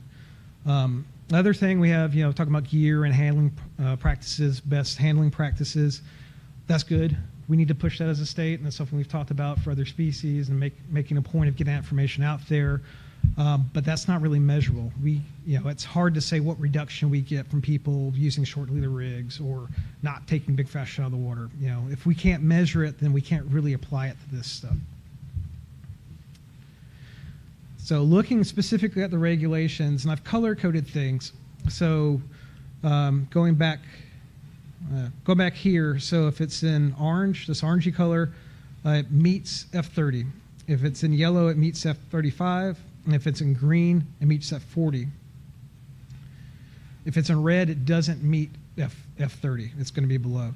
So this first table are just bag options, so just reducing the bag. So there's really no combination. If we go from 5 fish to 4, that satisfies F30. If we go to 3 fish, nothing really works until you get a vessel limit of 6 fish, and at that point you're barely hitting F30, which probably isn't ideal. If you go down to 2 fish, you can definitely hit that margin, right about 35, but you're really close. But, again, that's 2 fish.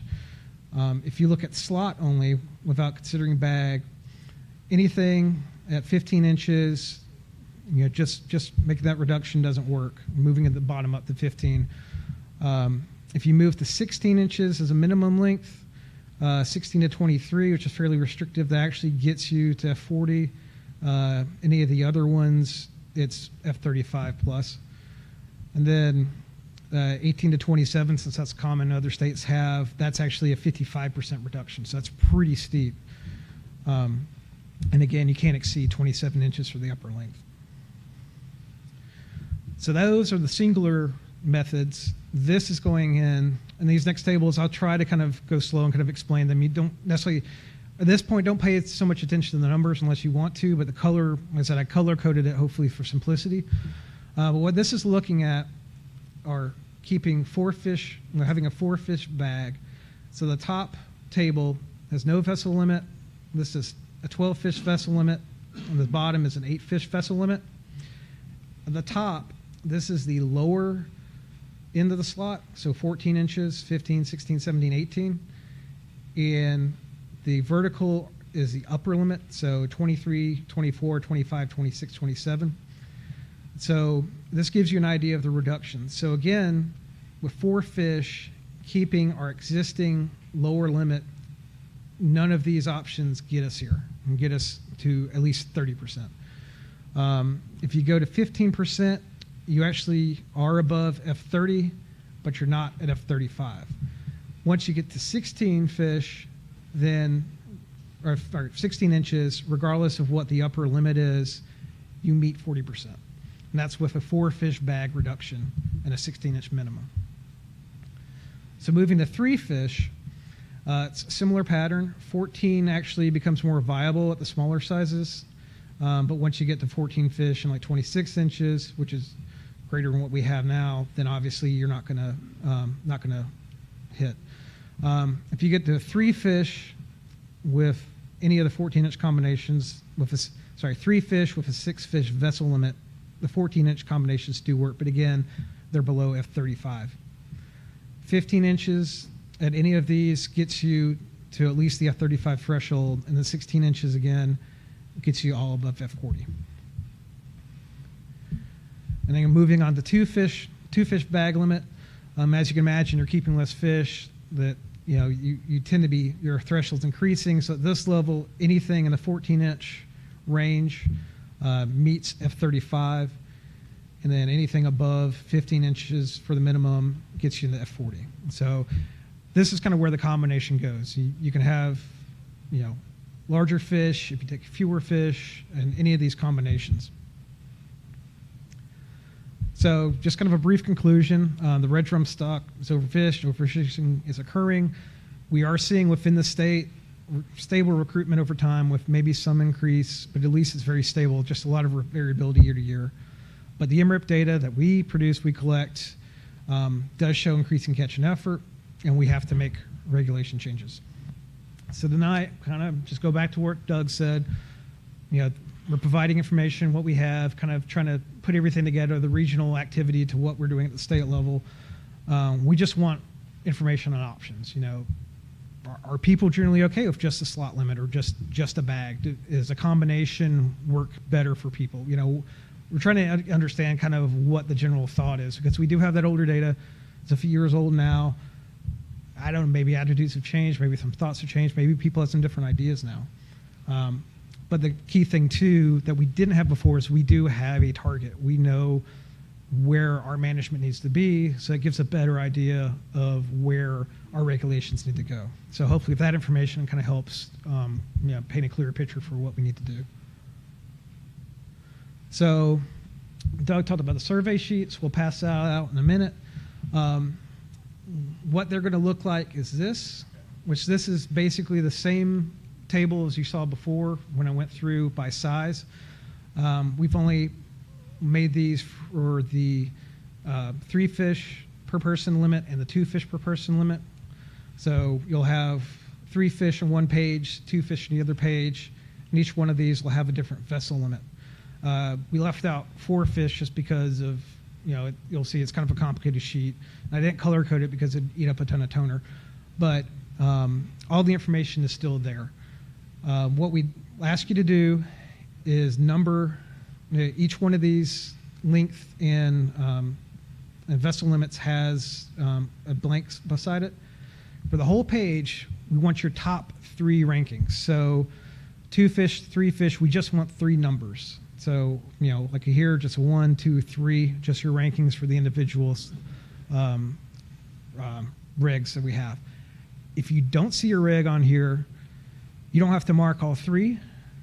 You might not want to mark any of the 3. We have a comment section. You can put in the comments what your preferred is. If it's not here, if it's 4 fish in some combination, that's perfectly fine. We have a spot for that too. But we kind of started here because of where we were the last time we went through the process. 3 fish seem to be kind of accepted. And yeah, I don't know. We'll see if there's some different ideas. But as I said, it's completely open-ended.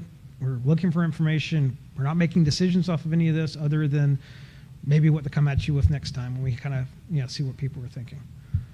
So that's what I have. I can go back to this if people have questions, and I'll take questions from here. Let's start with Captain Snyder. Somebody? Don? Hey y'all, Dave Snyder. For people that aren't here, are we able to take extra of these and pass them out? Can we go to the website and fill them out? People that aren't here. So I'll answer that one, and the question's no. The purpose in this poll is what we call a straw poll. It's not meant to be statewide, community-wide, to get all this. We want to start a direction, and I think that the 50 folks in this room can help us start that direction. We will have at least 2 more opportunities to get coast-wide, statewide comment and direction. But this is what I call a straw poll of the room.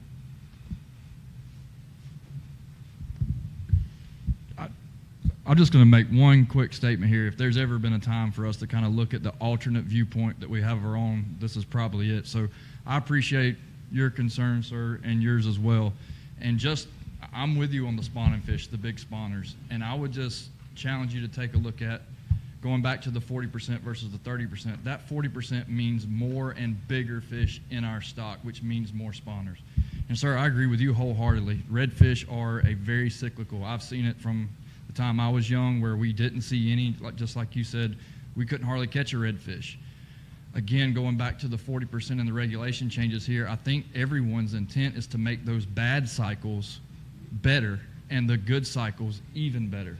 That 40% threshold, which is going to be a regulation change, will make those bad cycles, by the data, purely by the scientific data, it will make those bad cycles better, which means instead of not seeing any fish, you'll just see fewer. And then the upper end of the cycle will be even more fish than we're seeing now. I agree. I've seen much more redfish in the last 2 years.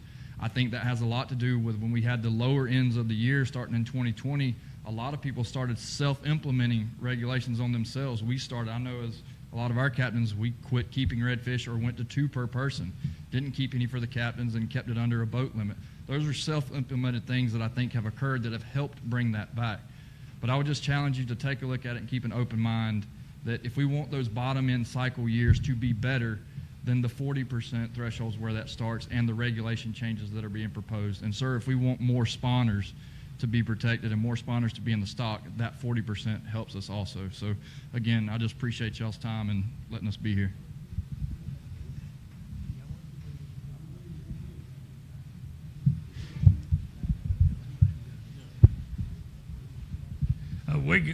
We got a real math problem here, folks. 5 fish per person. I do a lot of 1 fish charters, and this thing keeping the charter boat captains from keeping fish. Why? Because I pay $150 for a license. Is it? He fishes as much as I do, almost, and he can keep his fish every day. And y'all's data showed like 0.1% charter, but you're talking a 70% reduction on my one-man fishing trips. And yes, I catch a lot of fish, but you're talking going from 10 fish to 3 fish. I had to change up years ago. Federal government made us give our big boats away. And you've got two species of charter captains in the state of Georgia. You got the people that catch tourists, and you got the ones of us in the rural areas that catch fish. And this will put us out of business in the fall. And your fishing numbers, that is absolutely, when this stuff came out last time, you can go fish Ossipee and St. Catherine Sound for days on end and see 3 and 4 people. Your numbers of people fishing, that's fictitious. It's just total fiction. If that many people were fishing, every boat ramp here would have 50 boat trailers added at 8 o'clock every morning. And that isn't happening, folks. Just because Freedom Boat Club has 20 boats at the dock, and when they come in, you got 20 people that went fishing, and they caught 4 fish between all 20 of them. There's no, from what I'm seeing, there's less people that are actually catching fish than there. You may have a few more boats out there, but just because a guy went over here to Bass Pro and bought him a $150,000 bay boat don't mean he's catching fish. The old guys that were in a 14-foot John boat with a 25, they were the guys that caught fish. But your math, this isn't working. Your math, you're talking a 50-60% reduction. Nope. Me now. Doug, this question is probably for you. This meeting was advertised as an opportunity to give public comment on the ASMFC addendum. I know you've suggested we could do it online, but I think a lot of people came here to give comments on the addendum. Is that still going to be available after this portion? Go right now. You want me to do it now? Well, I can do that. With respect to the addendum, Jay Thaw, I'm an angler from Glenn County. No affiliation other than a recreational angler. With respect to the addendum section 3.1, my preference would be option B, to establish a process to adjust management measures. With respect to 3.2, my preference would be option A, to maintain the status quo. With respect to option section 3.3, my preference would be option A, to maintain the status quo. With respect to section 3.4, my preference would be option B, with 2 fish per day, 18 to 26 in the Chesapeake Bay region, and option C for North Carolina. And then again, with respect to section 3.5, my preference would be option B, to modernize for efficiency.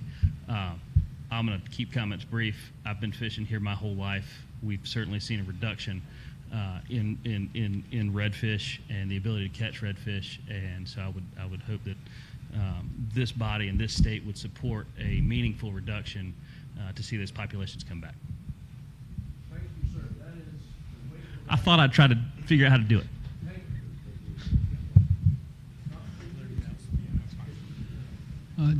Joe Morris again. There was some data come out that last 3 years ago, and I didn't see it in there.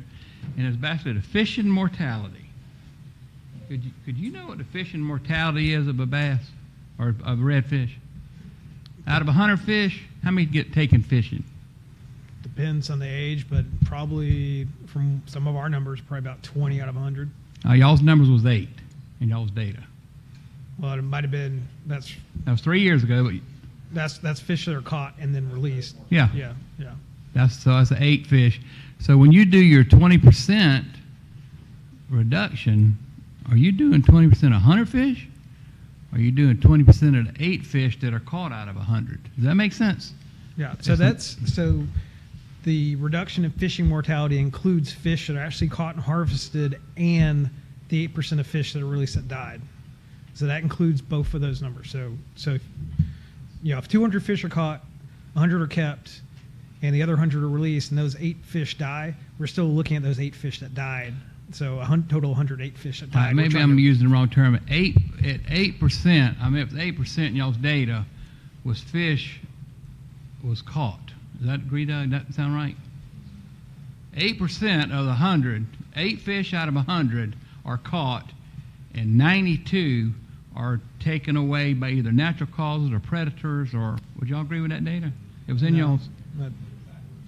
Yeah. The only 8% I'm aware of is 8% of fish that are caught and released die. The 8% of fish that go back in the water after they get caught. All right, do y'all have that data? Yeah, that's, I mean, published data that's out there. I mean, and you're saying it's closer to how much percent? It's 8% of fish. No, I'm talking about how many fish are caught fishing? How many, the red drum stock, how many fish of them 100 are caught with a hook and line? No, Yeah, I mean- I'm talking about how many is lost through a predator? We see about, based on our tagging studies that we've done, about 20% of fish that are tagged of legal size get caught. So, Okay. so we're losing about 20% of the population just through fishing. Okay, so there's 20%. When we take these 40% numbers, these 20% numbers, are y'all multiplying that by the 20 that's caught or the 100 that's born? Does that make sense? This is only looking at reductions in the fish that are caught. So we're looking at reducing, if we're catching 20 fish, we need to reduce that number by 14% or 20%. So if we're catching 20 fish, we only need to be catching 16 and leaving those other 4 fish alone. Like that's what this is about, and what these reductions are about.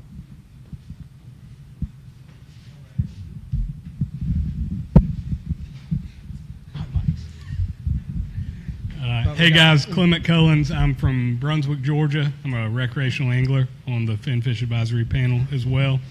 Jared, I've got 2 quick questions for you. One of them's a little harder than the other. The first one, the hard one, is when we did the town halls in 2022, DNR sat there and told us that the science didn't justify any reduction in the creel limit, the size limit, anything. And fast forward just a couple short years later, and we're being told the house is on fire and the limit would justifiably be 1 or 0 fish. And so how can you reconcile those 2 interpretations of the data? Because the data hadn't changed that much in 2 years. Does that make sense? Yeah, so, I mean, it really comes down to when we were looking at the town hall before, we were looking at our data, Georgia-only data. That's all we had. And a lot of the data we have are based on those younger, our best surveys, that recruitment survey. So we're seeing the fish that are coming into the survey, or coming into the fishery. We know how, year to year, how the population is doing, at least getting new fish in.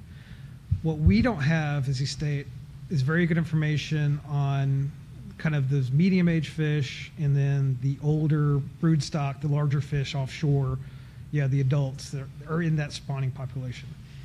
When we combine our data with the other states like South Carolina has a really good, more better information about adult population. They have kind of an intermediate survey. And we know this is a regional population. Our fish that we tag in Altamaha and Wausau are swimming up to South Carolina. They're moving around. We see our tag fish go to Florida. We see mixing in this population. So when we say our recruitment's good, when you put it all together in the big mixing pot of a regional model, it says otherwise. And like I said, Florida has obviously effort issues. They have a lot more people, a lot more effort going on. They have habitat issues where the Indian River Lagoon was once paradise, and now it's trashed. South Carolina is seeing a lot of issues with both recruitment, higher coastal development, and they have a lot of concerns about the adult redfish fishing. They're seeing a lot more adults getting handled, and even if they're not getting removed from population, they're getting targeted a lot harder, which is causing mortality to the regional broodstock. So that's kind of, in short, that's how we got from our numbers that looked okay, which still kind of look okay, to the bigger regional picture that's not as rosy. So that's, hopefully that makes sense, but that's kind of it in a nutshell. Yeah, that's perfect. Thank you. My other question is, I'm going to ask you about the numbers you told us not to look at. The percentages that are up there, we're being asked tonight to fill out a survey that says what we would want based on our wishes, but also those percentages. How confident are we in the actions being taken resulting in those percentages? And is there is there a confidence interval with it or a margin of error that we can all take into consideration as we go and fill that out? So I don't necessarily, when I said ignore them, I just meant ignore them for at least complexity. Now that you get the sheet in front of you, you want to pour through those numbers all you want, have at it. These numbers have been produced through methods that were provided by the Red Drum TC and that are approved by the Red Drum TC. So these, vouched for by the group, they're what we're going to use if we make any changes in the future.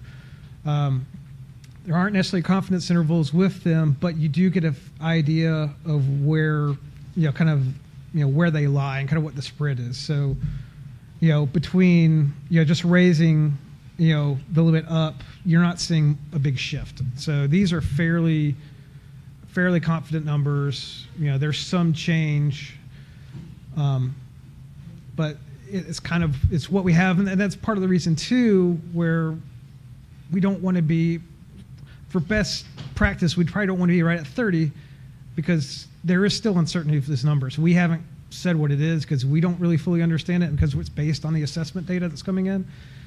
And the other thing I didn't really talk about too is if we make changes, if we do a reg change, we don't know what the actual response is going to be, because we're assuming that, if we make a change, that anglers are going to respond in a certain way. We don't know if that's going to be exactly that way. We assume if a lot of small fish are caught, less of the small fish get caught. Or something might happen. Maybe the same number of small fish get caught or more, of that size class gets caught. So we don't know exactly how it's going to transform, which is another reason to be more precautionary moving forward with some of the reg changes. One more quick thing, and I'm going to say a dirty word. Remember MRIP, right? So MRIP with red snapper is horrible, right? We can't, it's horrible. MRIP with red drum is a lot better. It's in the low teens. So you asked specifically about confidence intervals, right? We have a lot more confidence in what these reductions will do for red snapper, red drum, than we do for red snapper. So it's MRIP generated. I'll go back to Joe's question. When you look at effort, right, in the millions, our confidence in the number, that million number, is not there. But forget the number. Look at what the trend's doing. The trend is, it might be 100,000 trips, but the trend has doubled. That number has doubled in the last 20 years, since 2002. So again, MRIP generated, but a lot better confidence in this than we have in other species.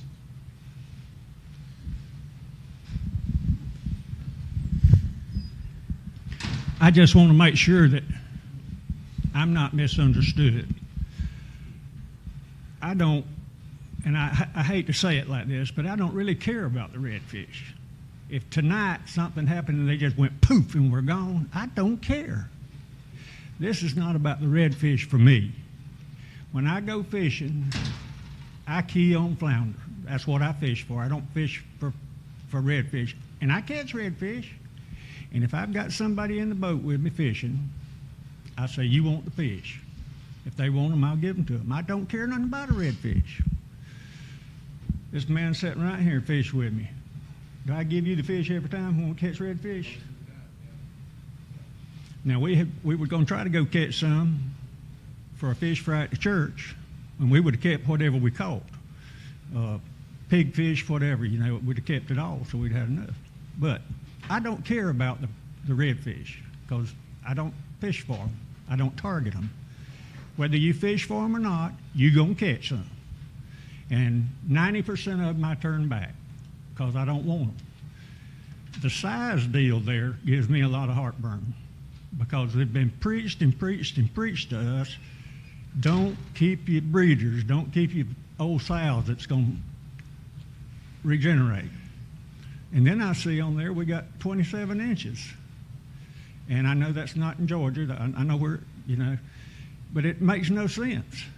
And they get the same program we're getting. I appreciate these two guys back here talking, but they fish for money. I pay to fish.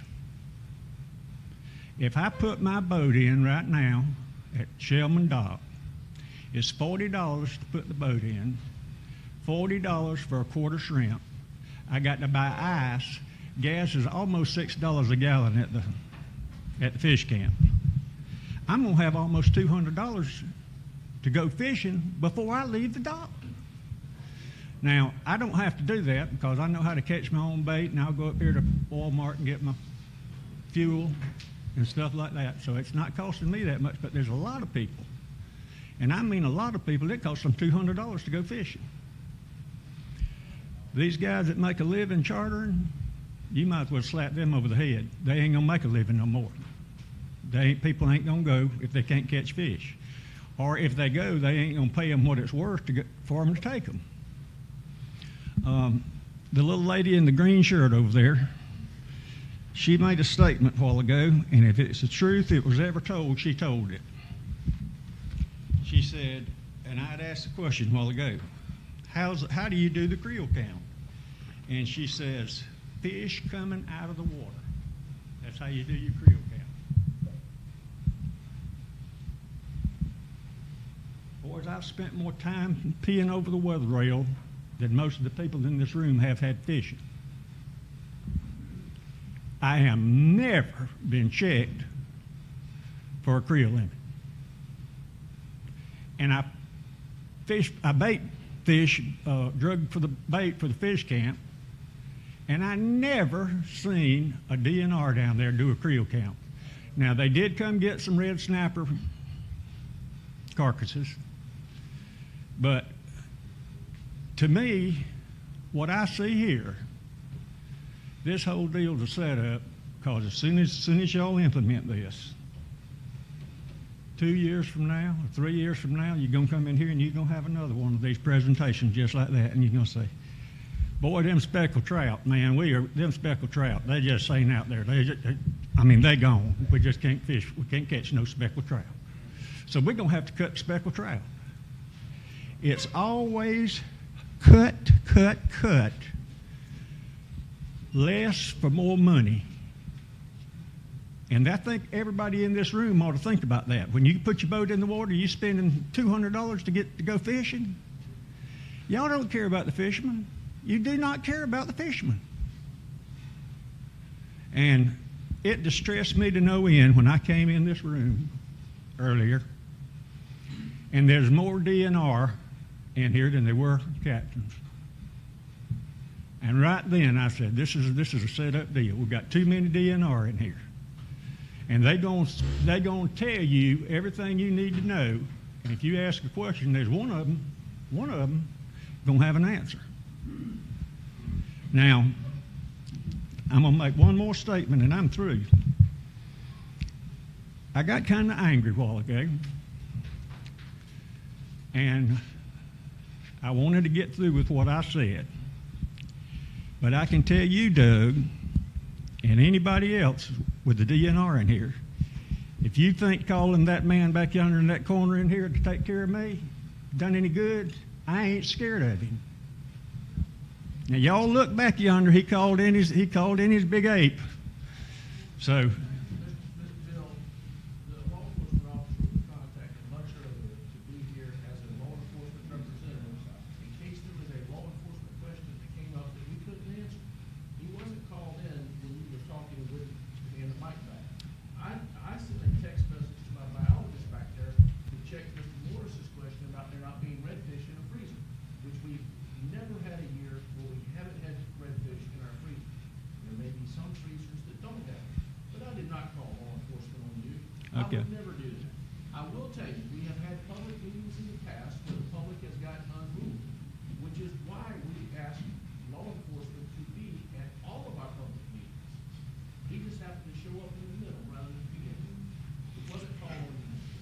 buddy, I hope you listen real close to all this.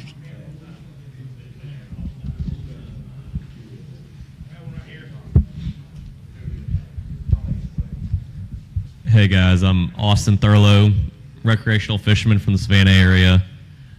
First off, thank you to everybody in this room who works for the CRD and DNR for being here, putting this on. It's really important to have events like this to get everybody involved. Difference of opinions matter. and it's great to hear both sides of it. It really is. A couple questions as far as the high end limit. 27-inch redfish in Georgia. I've seen studies out of other books that say Georgia's fish grow slower than other states. Like, for instance, North Carolina redfish grow at a tremendous rate compared to us. I don't know if y'all know anything about that, or if that's, not know anything about that, but if that's something that y'all have seen. And with that, is a 27-inch redfish, is that like a 26-inch, is that a breeder for us compared to a 28-inch for everybody else? Yeah, so I don't know. I don't really think that Georgia fish are necessarily different, like they grow fast or slower. I haven't heard anything to that effect. There are differences between what we call the northern stock in North Carolina North versus the southern stock, which is why it's one of the reasons they're split up into two management groups, because there is a northern stock that is kind of its own thing.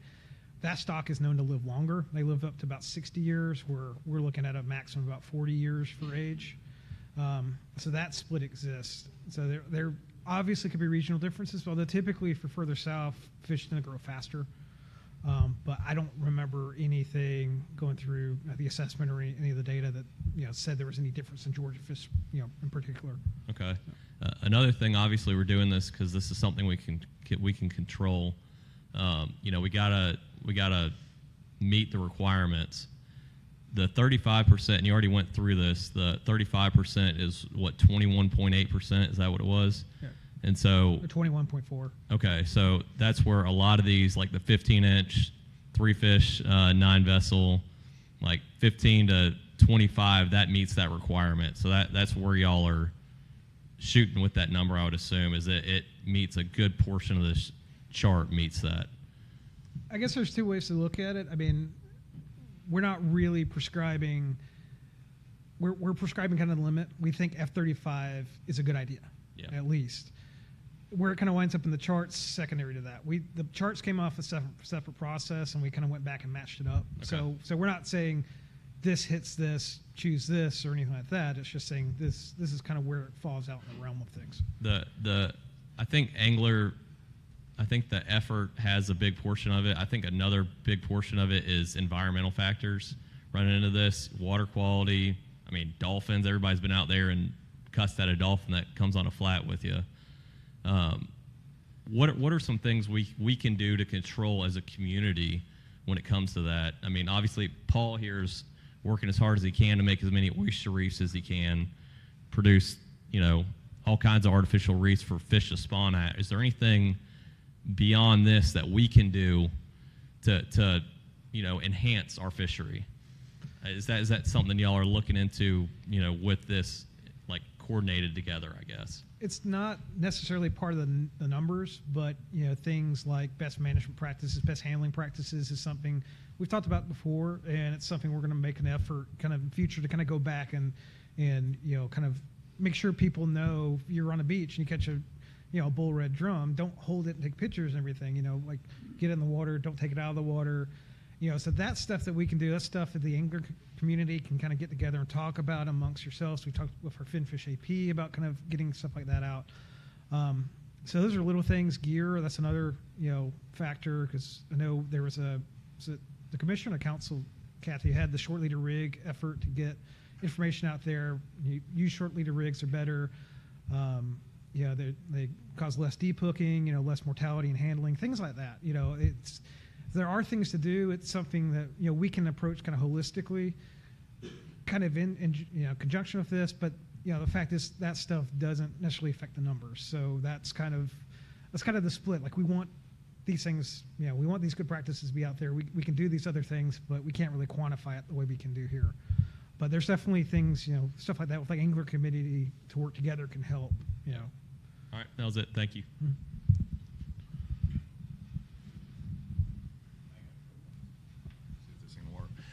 My name's Scott Owens. I made comment on the first slideshow on the phone call last night, so I'm assuming that will roll over.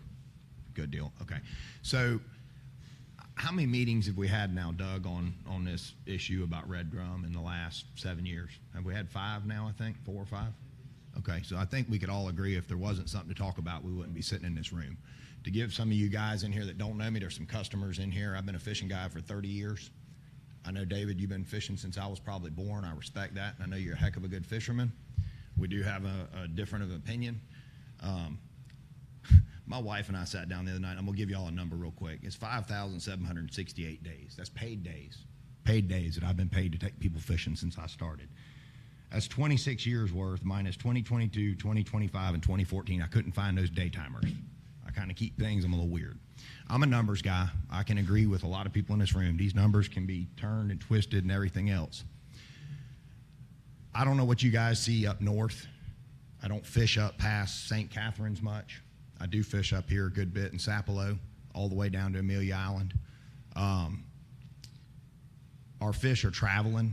I used to tag redfish. The majority of them would get caught in similar and almost the same exact spots. Some, however, would travel. I had one that I tagged that ended up in Jacksonville. It was caught under the Dames Point Bridge as a bull red. That was probably a pretty good success story for a tag program. But going back to all this, everybody in here likes to catch fish. We got a problem. Some people do, some people don't. We got to manage it as a whole. Acoustic data does show, to clarify, it does show, and Doug can back this up, it does show our fish are moving out of state. Fish don't know state lines. I get people all the time asking me, are there sharks in these waters? Of course there are. There's no gates. I would really like the DNR, and this has been brought up, I would really love them to be allowed to do their job off of data and off of what the region is, because I don't want the federal government to get involved. And I think we all know where that'll go. So just think about that a little bit. I go fishing, and if I spend $200 to go on a personal day of fishing, I go fishing because I enjoy being on the boat going fishing.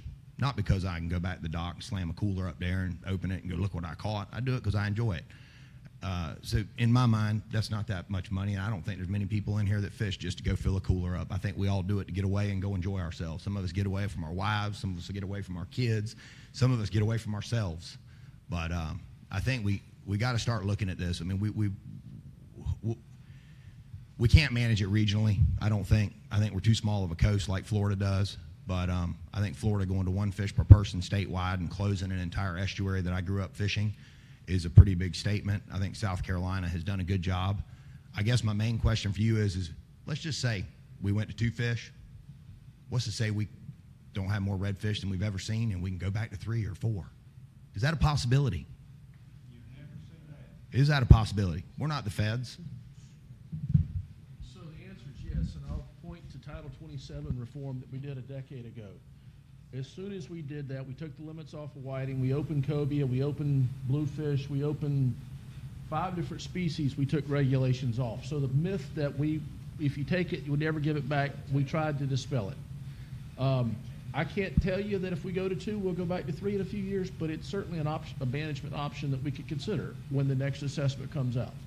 And that's all I want to know is if we do something, and let's just say, I mean, South Carolina's already done this. This is why I bring it up. They went 2, had a lot of fish. They went 3. They said, oh, we got a problem. They went back to 2. Yep. Now they've got a problem, and they're saying we might need to go to 1. So I started in Florida in 1991, 0 redfish, right? So Florida can keep redfish now. So yes, it's good to have state-by-state management. Yes. In this case, we manage them regionally, but the addendum provides us flexibility to manage state-by-state, and that's what we're trying to do. Thank you.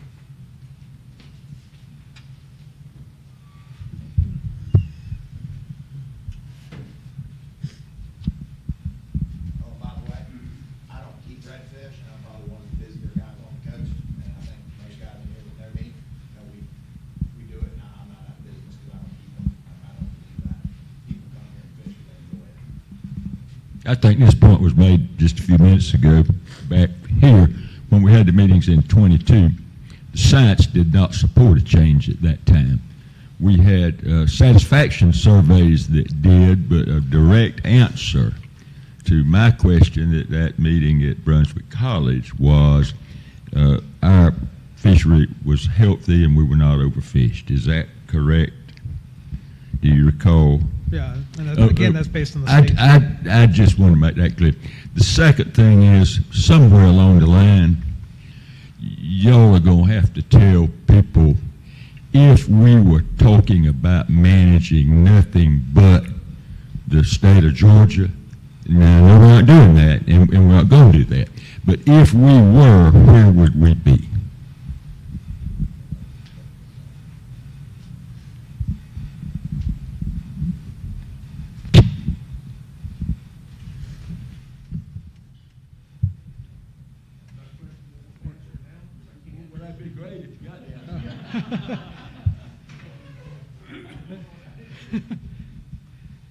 I mean,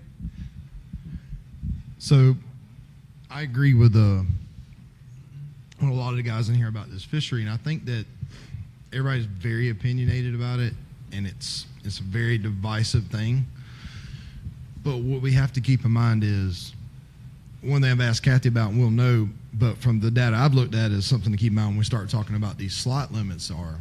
When we move these slots going up, I think the last thing I saw was just a 17.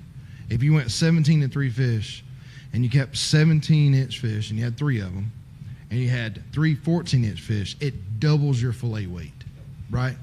So here's the other question. Would you rather catch 3 14-inch fish, right, or 3 17-inch fish? So here's the reason we want to catch 17-inch fish. Because if we aren't taking the little guys out, which are the fish from like 11 to about 14 are the highest predated category, right? That's more things eating them. That means we got more bigger fish going to our spawn like a lot of guys you want. The other thing is, if, like David said, if you're only going to keep one fish, I'm not saying we'll go to 27, but wouldn't you rather have one 27-inch fish? So you would give up 10 pounds of meat to have 4 pounds of meat? Because that's the difference. And then here's the second thing. He said that, there's guys that take tourists and guys that fish. Well, Florida is a great example. We are trying to transition Georgia from a freezer state, means we're not trying to get you and your grandma and everybody on your block to load their freezer from your one fishing trip to a recreational state. Because I know you're old school fish camp guy, but here's the reality. Most people come to have a good time. They don't care about how many they catch. Hasn't affected my business one bit in 18 years, how many fish I put on the boat. That's because those are fish camp guys. They only care about stocking your fish. You know what percentage of people they are that come to our coast to that 576,000 recruitment? About that much. It won't affect anything. Well, they can be mad. I mean, heck, we got one angry ant. Doesn't mean the rest of the ants are upset. You know what I mean? It's a small percentage of people. So I truly appreciate y'all's. I understand y'all's position completely. I mean, Mr. Deloach told me, I catch all the redfish from my dock I want to catch. Well, here's a good example. Let's go to Brunswick River, where there's 100 docks, and I'll show you 3 docks that produce fish, and they'll produce fish all year, but 97 of them, you can't catch a dock. You're blessed, sir. Also, on a Saturday, you say you don't see a lot of fishing pressure. On a Saturday, I might see 100 boats on a day. I've been in Sapelo, I've been in Shellman, and I might see 7 on a Saturday. It's a very different fishery. I understand your points, but don't hate us for what we're experiencing, because we're not hating you for what you're experiencing. It's very different. Also, here's the other thing we all need to keep in mind. We all know they're making more boats. We got more people on this planet we ever had. Guess what? There ain't no more habitat being made. Can't make no more fish than they can make. God intended to make this. You got to limit one thing, and that's how many we take out of what we already got.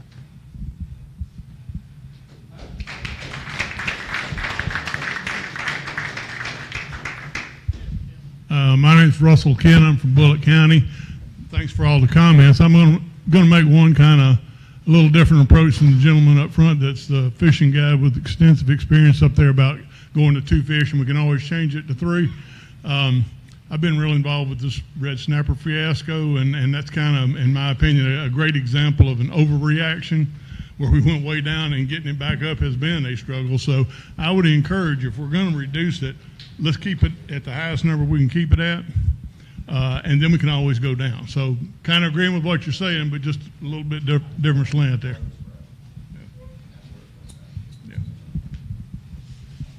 Okay. I want to be very respectful of your time. I want to make sure that questions have been answered. One more. Hi, my name is Dr. William Henry Daw. I'm a resident of Shellman Bluff and a population health biologist. I have a question, just a small one, then we'll go kind of to a broader one. The first one, SRP, were you talking about fecundity?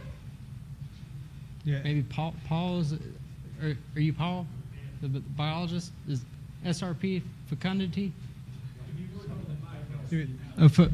You mean SPR? So fecundity, the ability of a species to actually reproduce and have, a gainful reproduction and offspring that will. Yeah. SPR. So SPR is F. Fecundity. F. No. What is F? So here, F is fishing mortality. When you see it like F40, F30, that's fishing mortality. Okay, so it's inverse to that. If we look at the ecology of the salt marsh and the ocean, these fish are moving back and forth, and there's really a lot of variables. And we've talked about, it seems like focus on one thing, at least towards the end of the talk, and there's been a lot of good information, a lot of good discussion, but it seems like adjusting regulations, which I'm in support of as an experiment, as a scientist. I would love to see that and see, what comes out of it. But how long does it take with your model to see, what comes out of a regulation adjustment, maybe based on collaboration with other states, say, like in the Gulf when they went to using circle hooks for live bait. How long does it take to see, a change in the population, the dynamic, an upward trend, a positive trend for folks' grandchildren? Depends on what you're looking at. If it's something specific, obviously you can design a study around it. In this case, because this is an assessed species, the assessments happen regularly. Not sure what we're looking at 4 or 6 years from now will be the next benchmark assessment, in which case the new data, hopefully new regulations be incorporated, and that'll help inform the next step. So these, for certain assessed species, and red drum are definitely one of them, there are regular stock assessments that go on. And because you have things like even like I said, our recruitment numbers, you have a lot of variability in those numbers. You can't just take a single year. You do have to give enough years to kind of average those out. So 4 to 6 generally for a lot of fish species is kind of normal. And that is the goal for most stock assessments is 5 years, but it depends on the availability of the stock assessment to scientists. And sometimes they linger out to 10 years between the time you do it. The goal is 5. Yeah. You got time for one more? So, just before I pass the mic real quick, has anyone done a multivariate analysis of variance, taking into some other factors like other stock assessments for other species, fuel prices, like Department of Regulations, look at that graph, it kind of looks like upside down of, your F from the first presentation graph over time. Has anyone done a real multivariate analysis of variance on that? I'm just curious. If not, I would love to contribute going forward, just as a citizen of the community, and can help crunch some numbers, and would love to play around. Yeah, there are definitely a lot of ways to look at things. There are groups that look at the kind of economics, and for the council, there's a whole economic subgroup that looks at those economic factors, and we haven't necessarily looked for red drum, but the assessment took into a lot of things. I'll give an example, which I think is an interesting one. One of the things that there was a paper in North Carolina that saw that we actually explored is wind direction in fall determines the strength. It has a lot to do with the strength of recruitment in North Carolina. So that was a published paper, peer-reviewed. We did the same thing in the stock assessment looking at South Carolina and Georgia.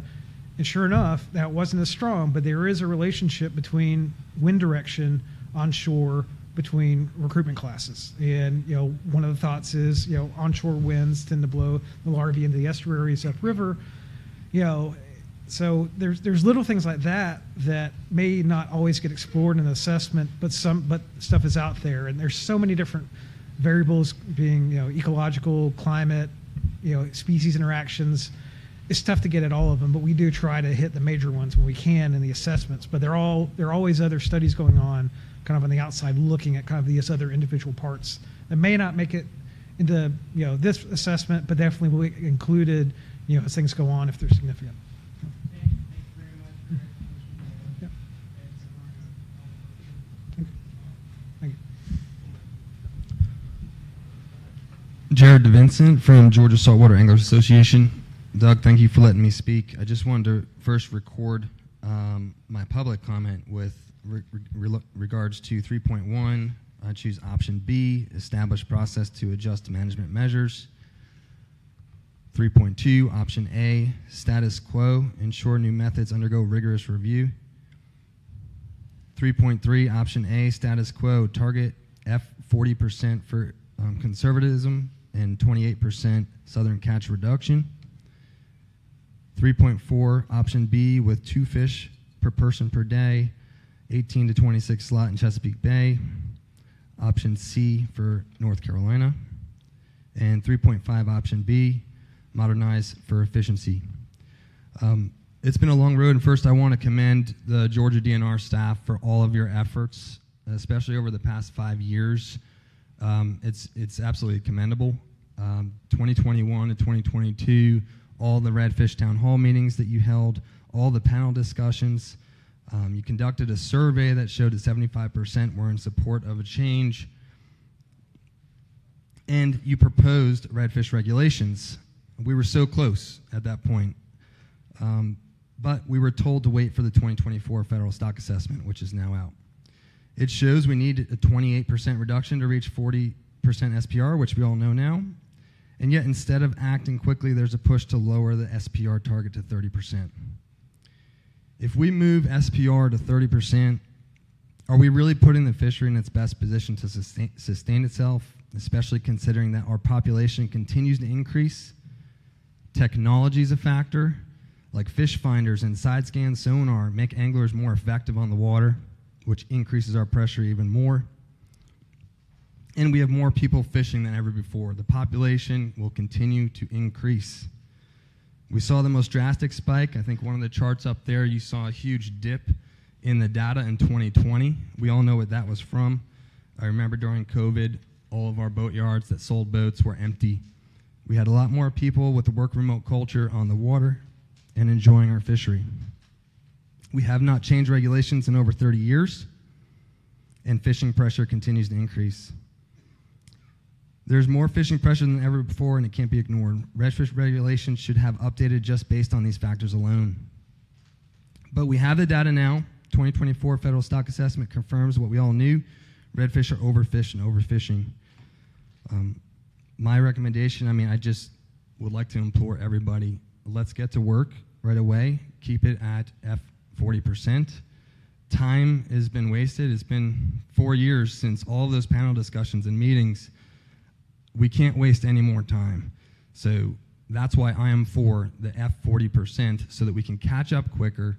And to what Captain Scott Owens said earlier, it doesn't mean they can't readjust the other way again. But we need to take care of our resource, take care of our fishery. Thank you for letting me speak. Thank you.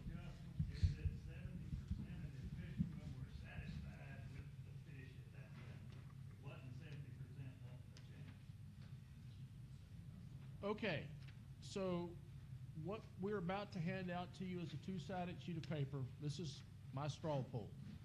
I'm not asking for a name. I am asking whether you're recreational, charter, or other. But it has the 2 fish on one side, 3 fish on the other side, very similar to this. All we're asking total on this sheet of paper is a 1, 2, and a 3. So if you like something that's a 3 fish with a 9 fish limit, or if you like something that's a 2 fish with a 6 fish limit, we're asking you to mark your priority. What's your number 1 priority? What will be number 2? What will be number 3? If none of those make it, then there's a comment section at the bottom.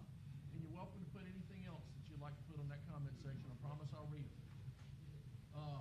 I'm going to take this back. We're going to disseminate what comes out of it. We're going to get together with the Finfish Advisory Panel. We're going to talk some more, and we'll decide what a direction moving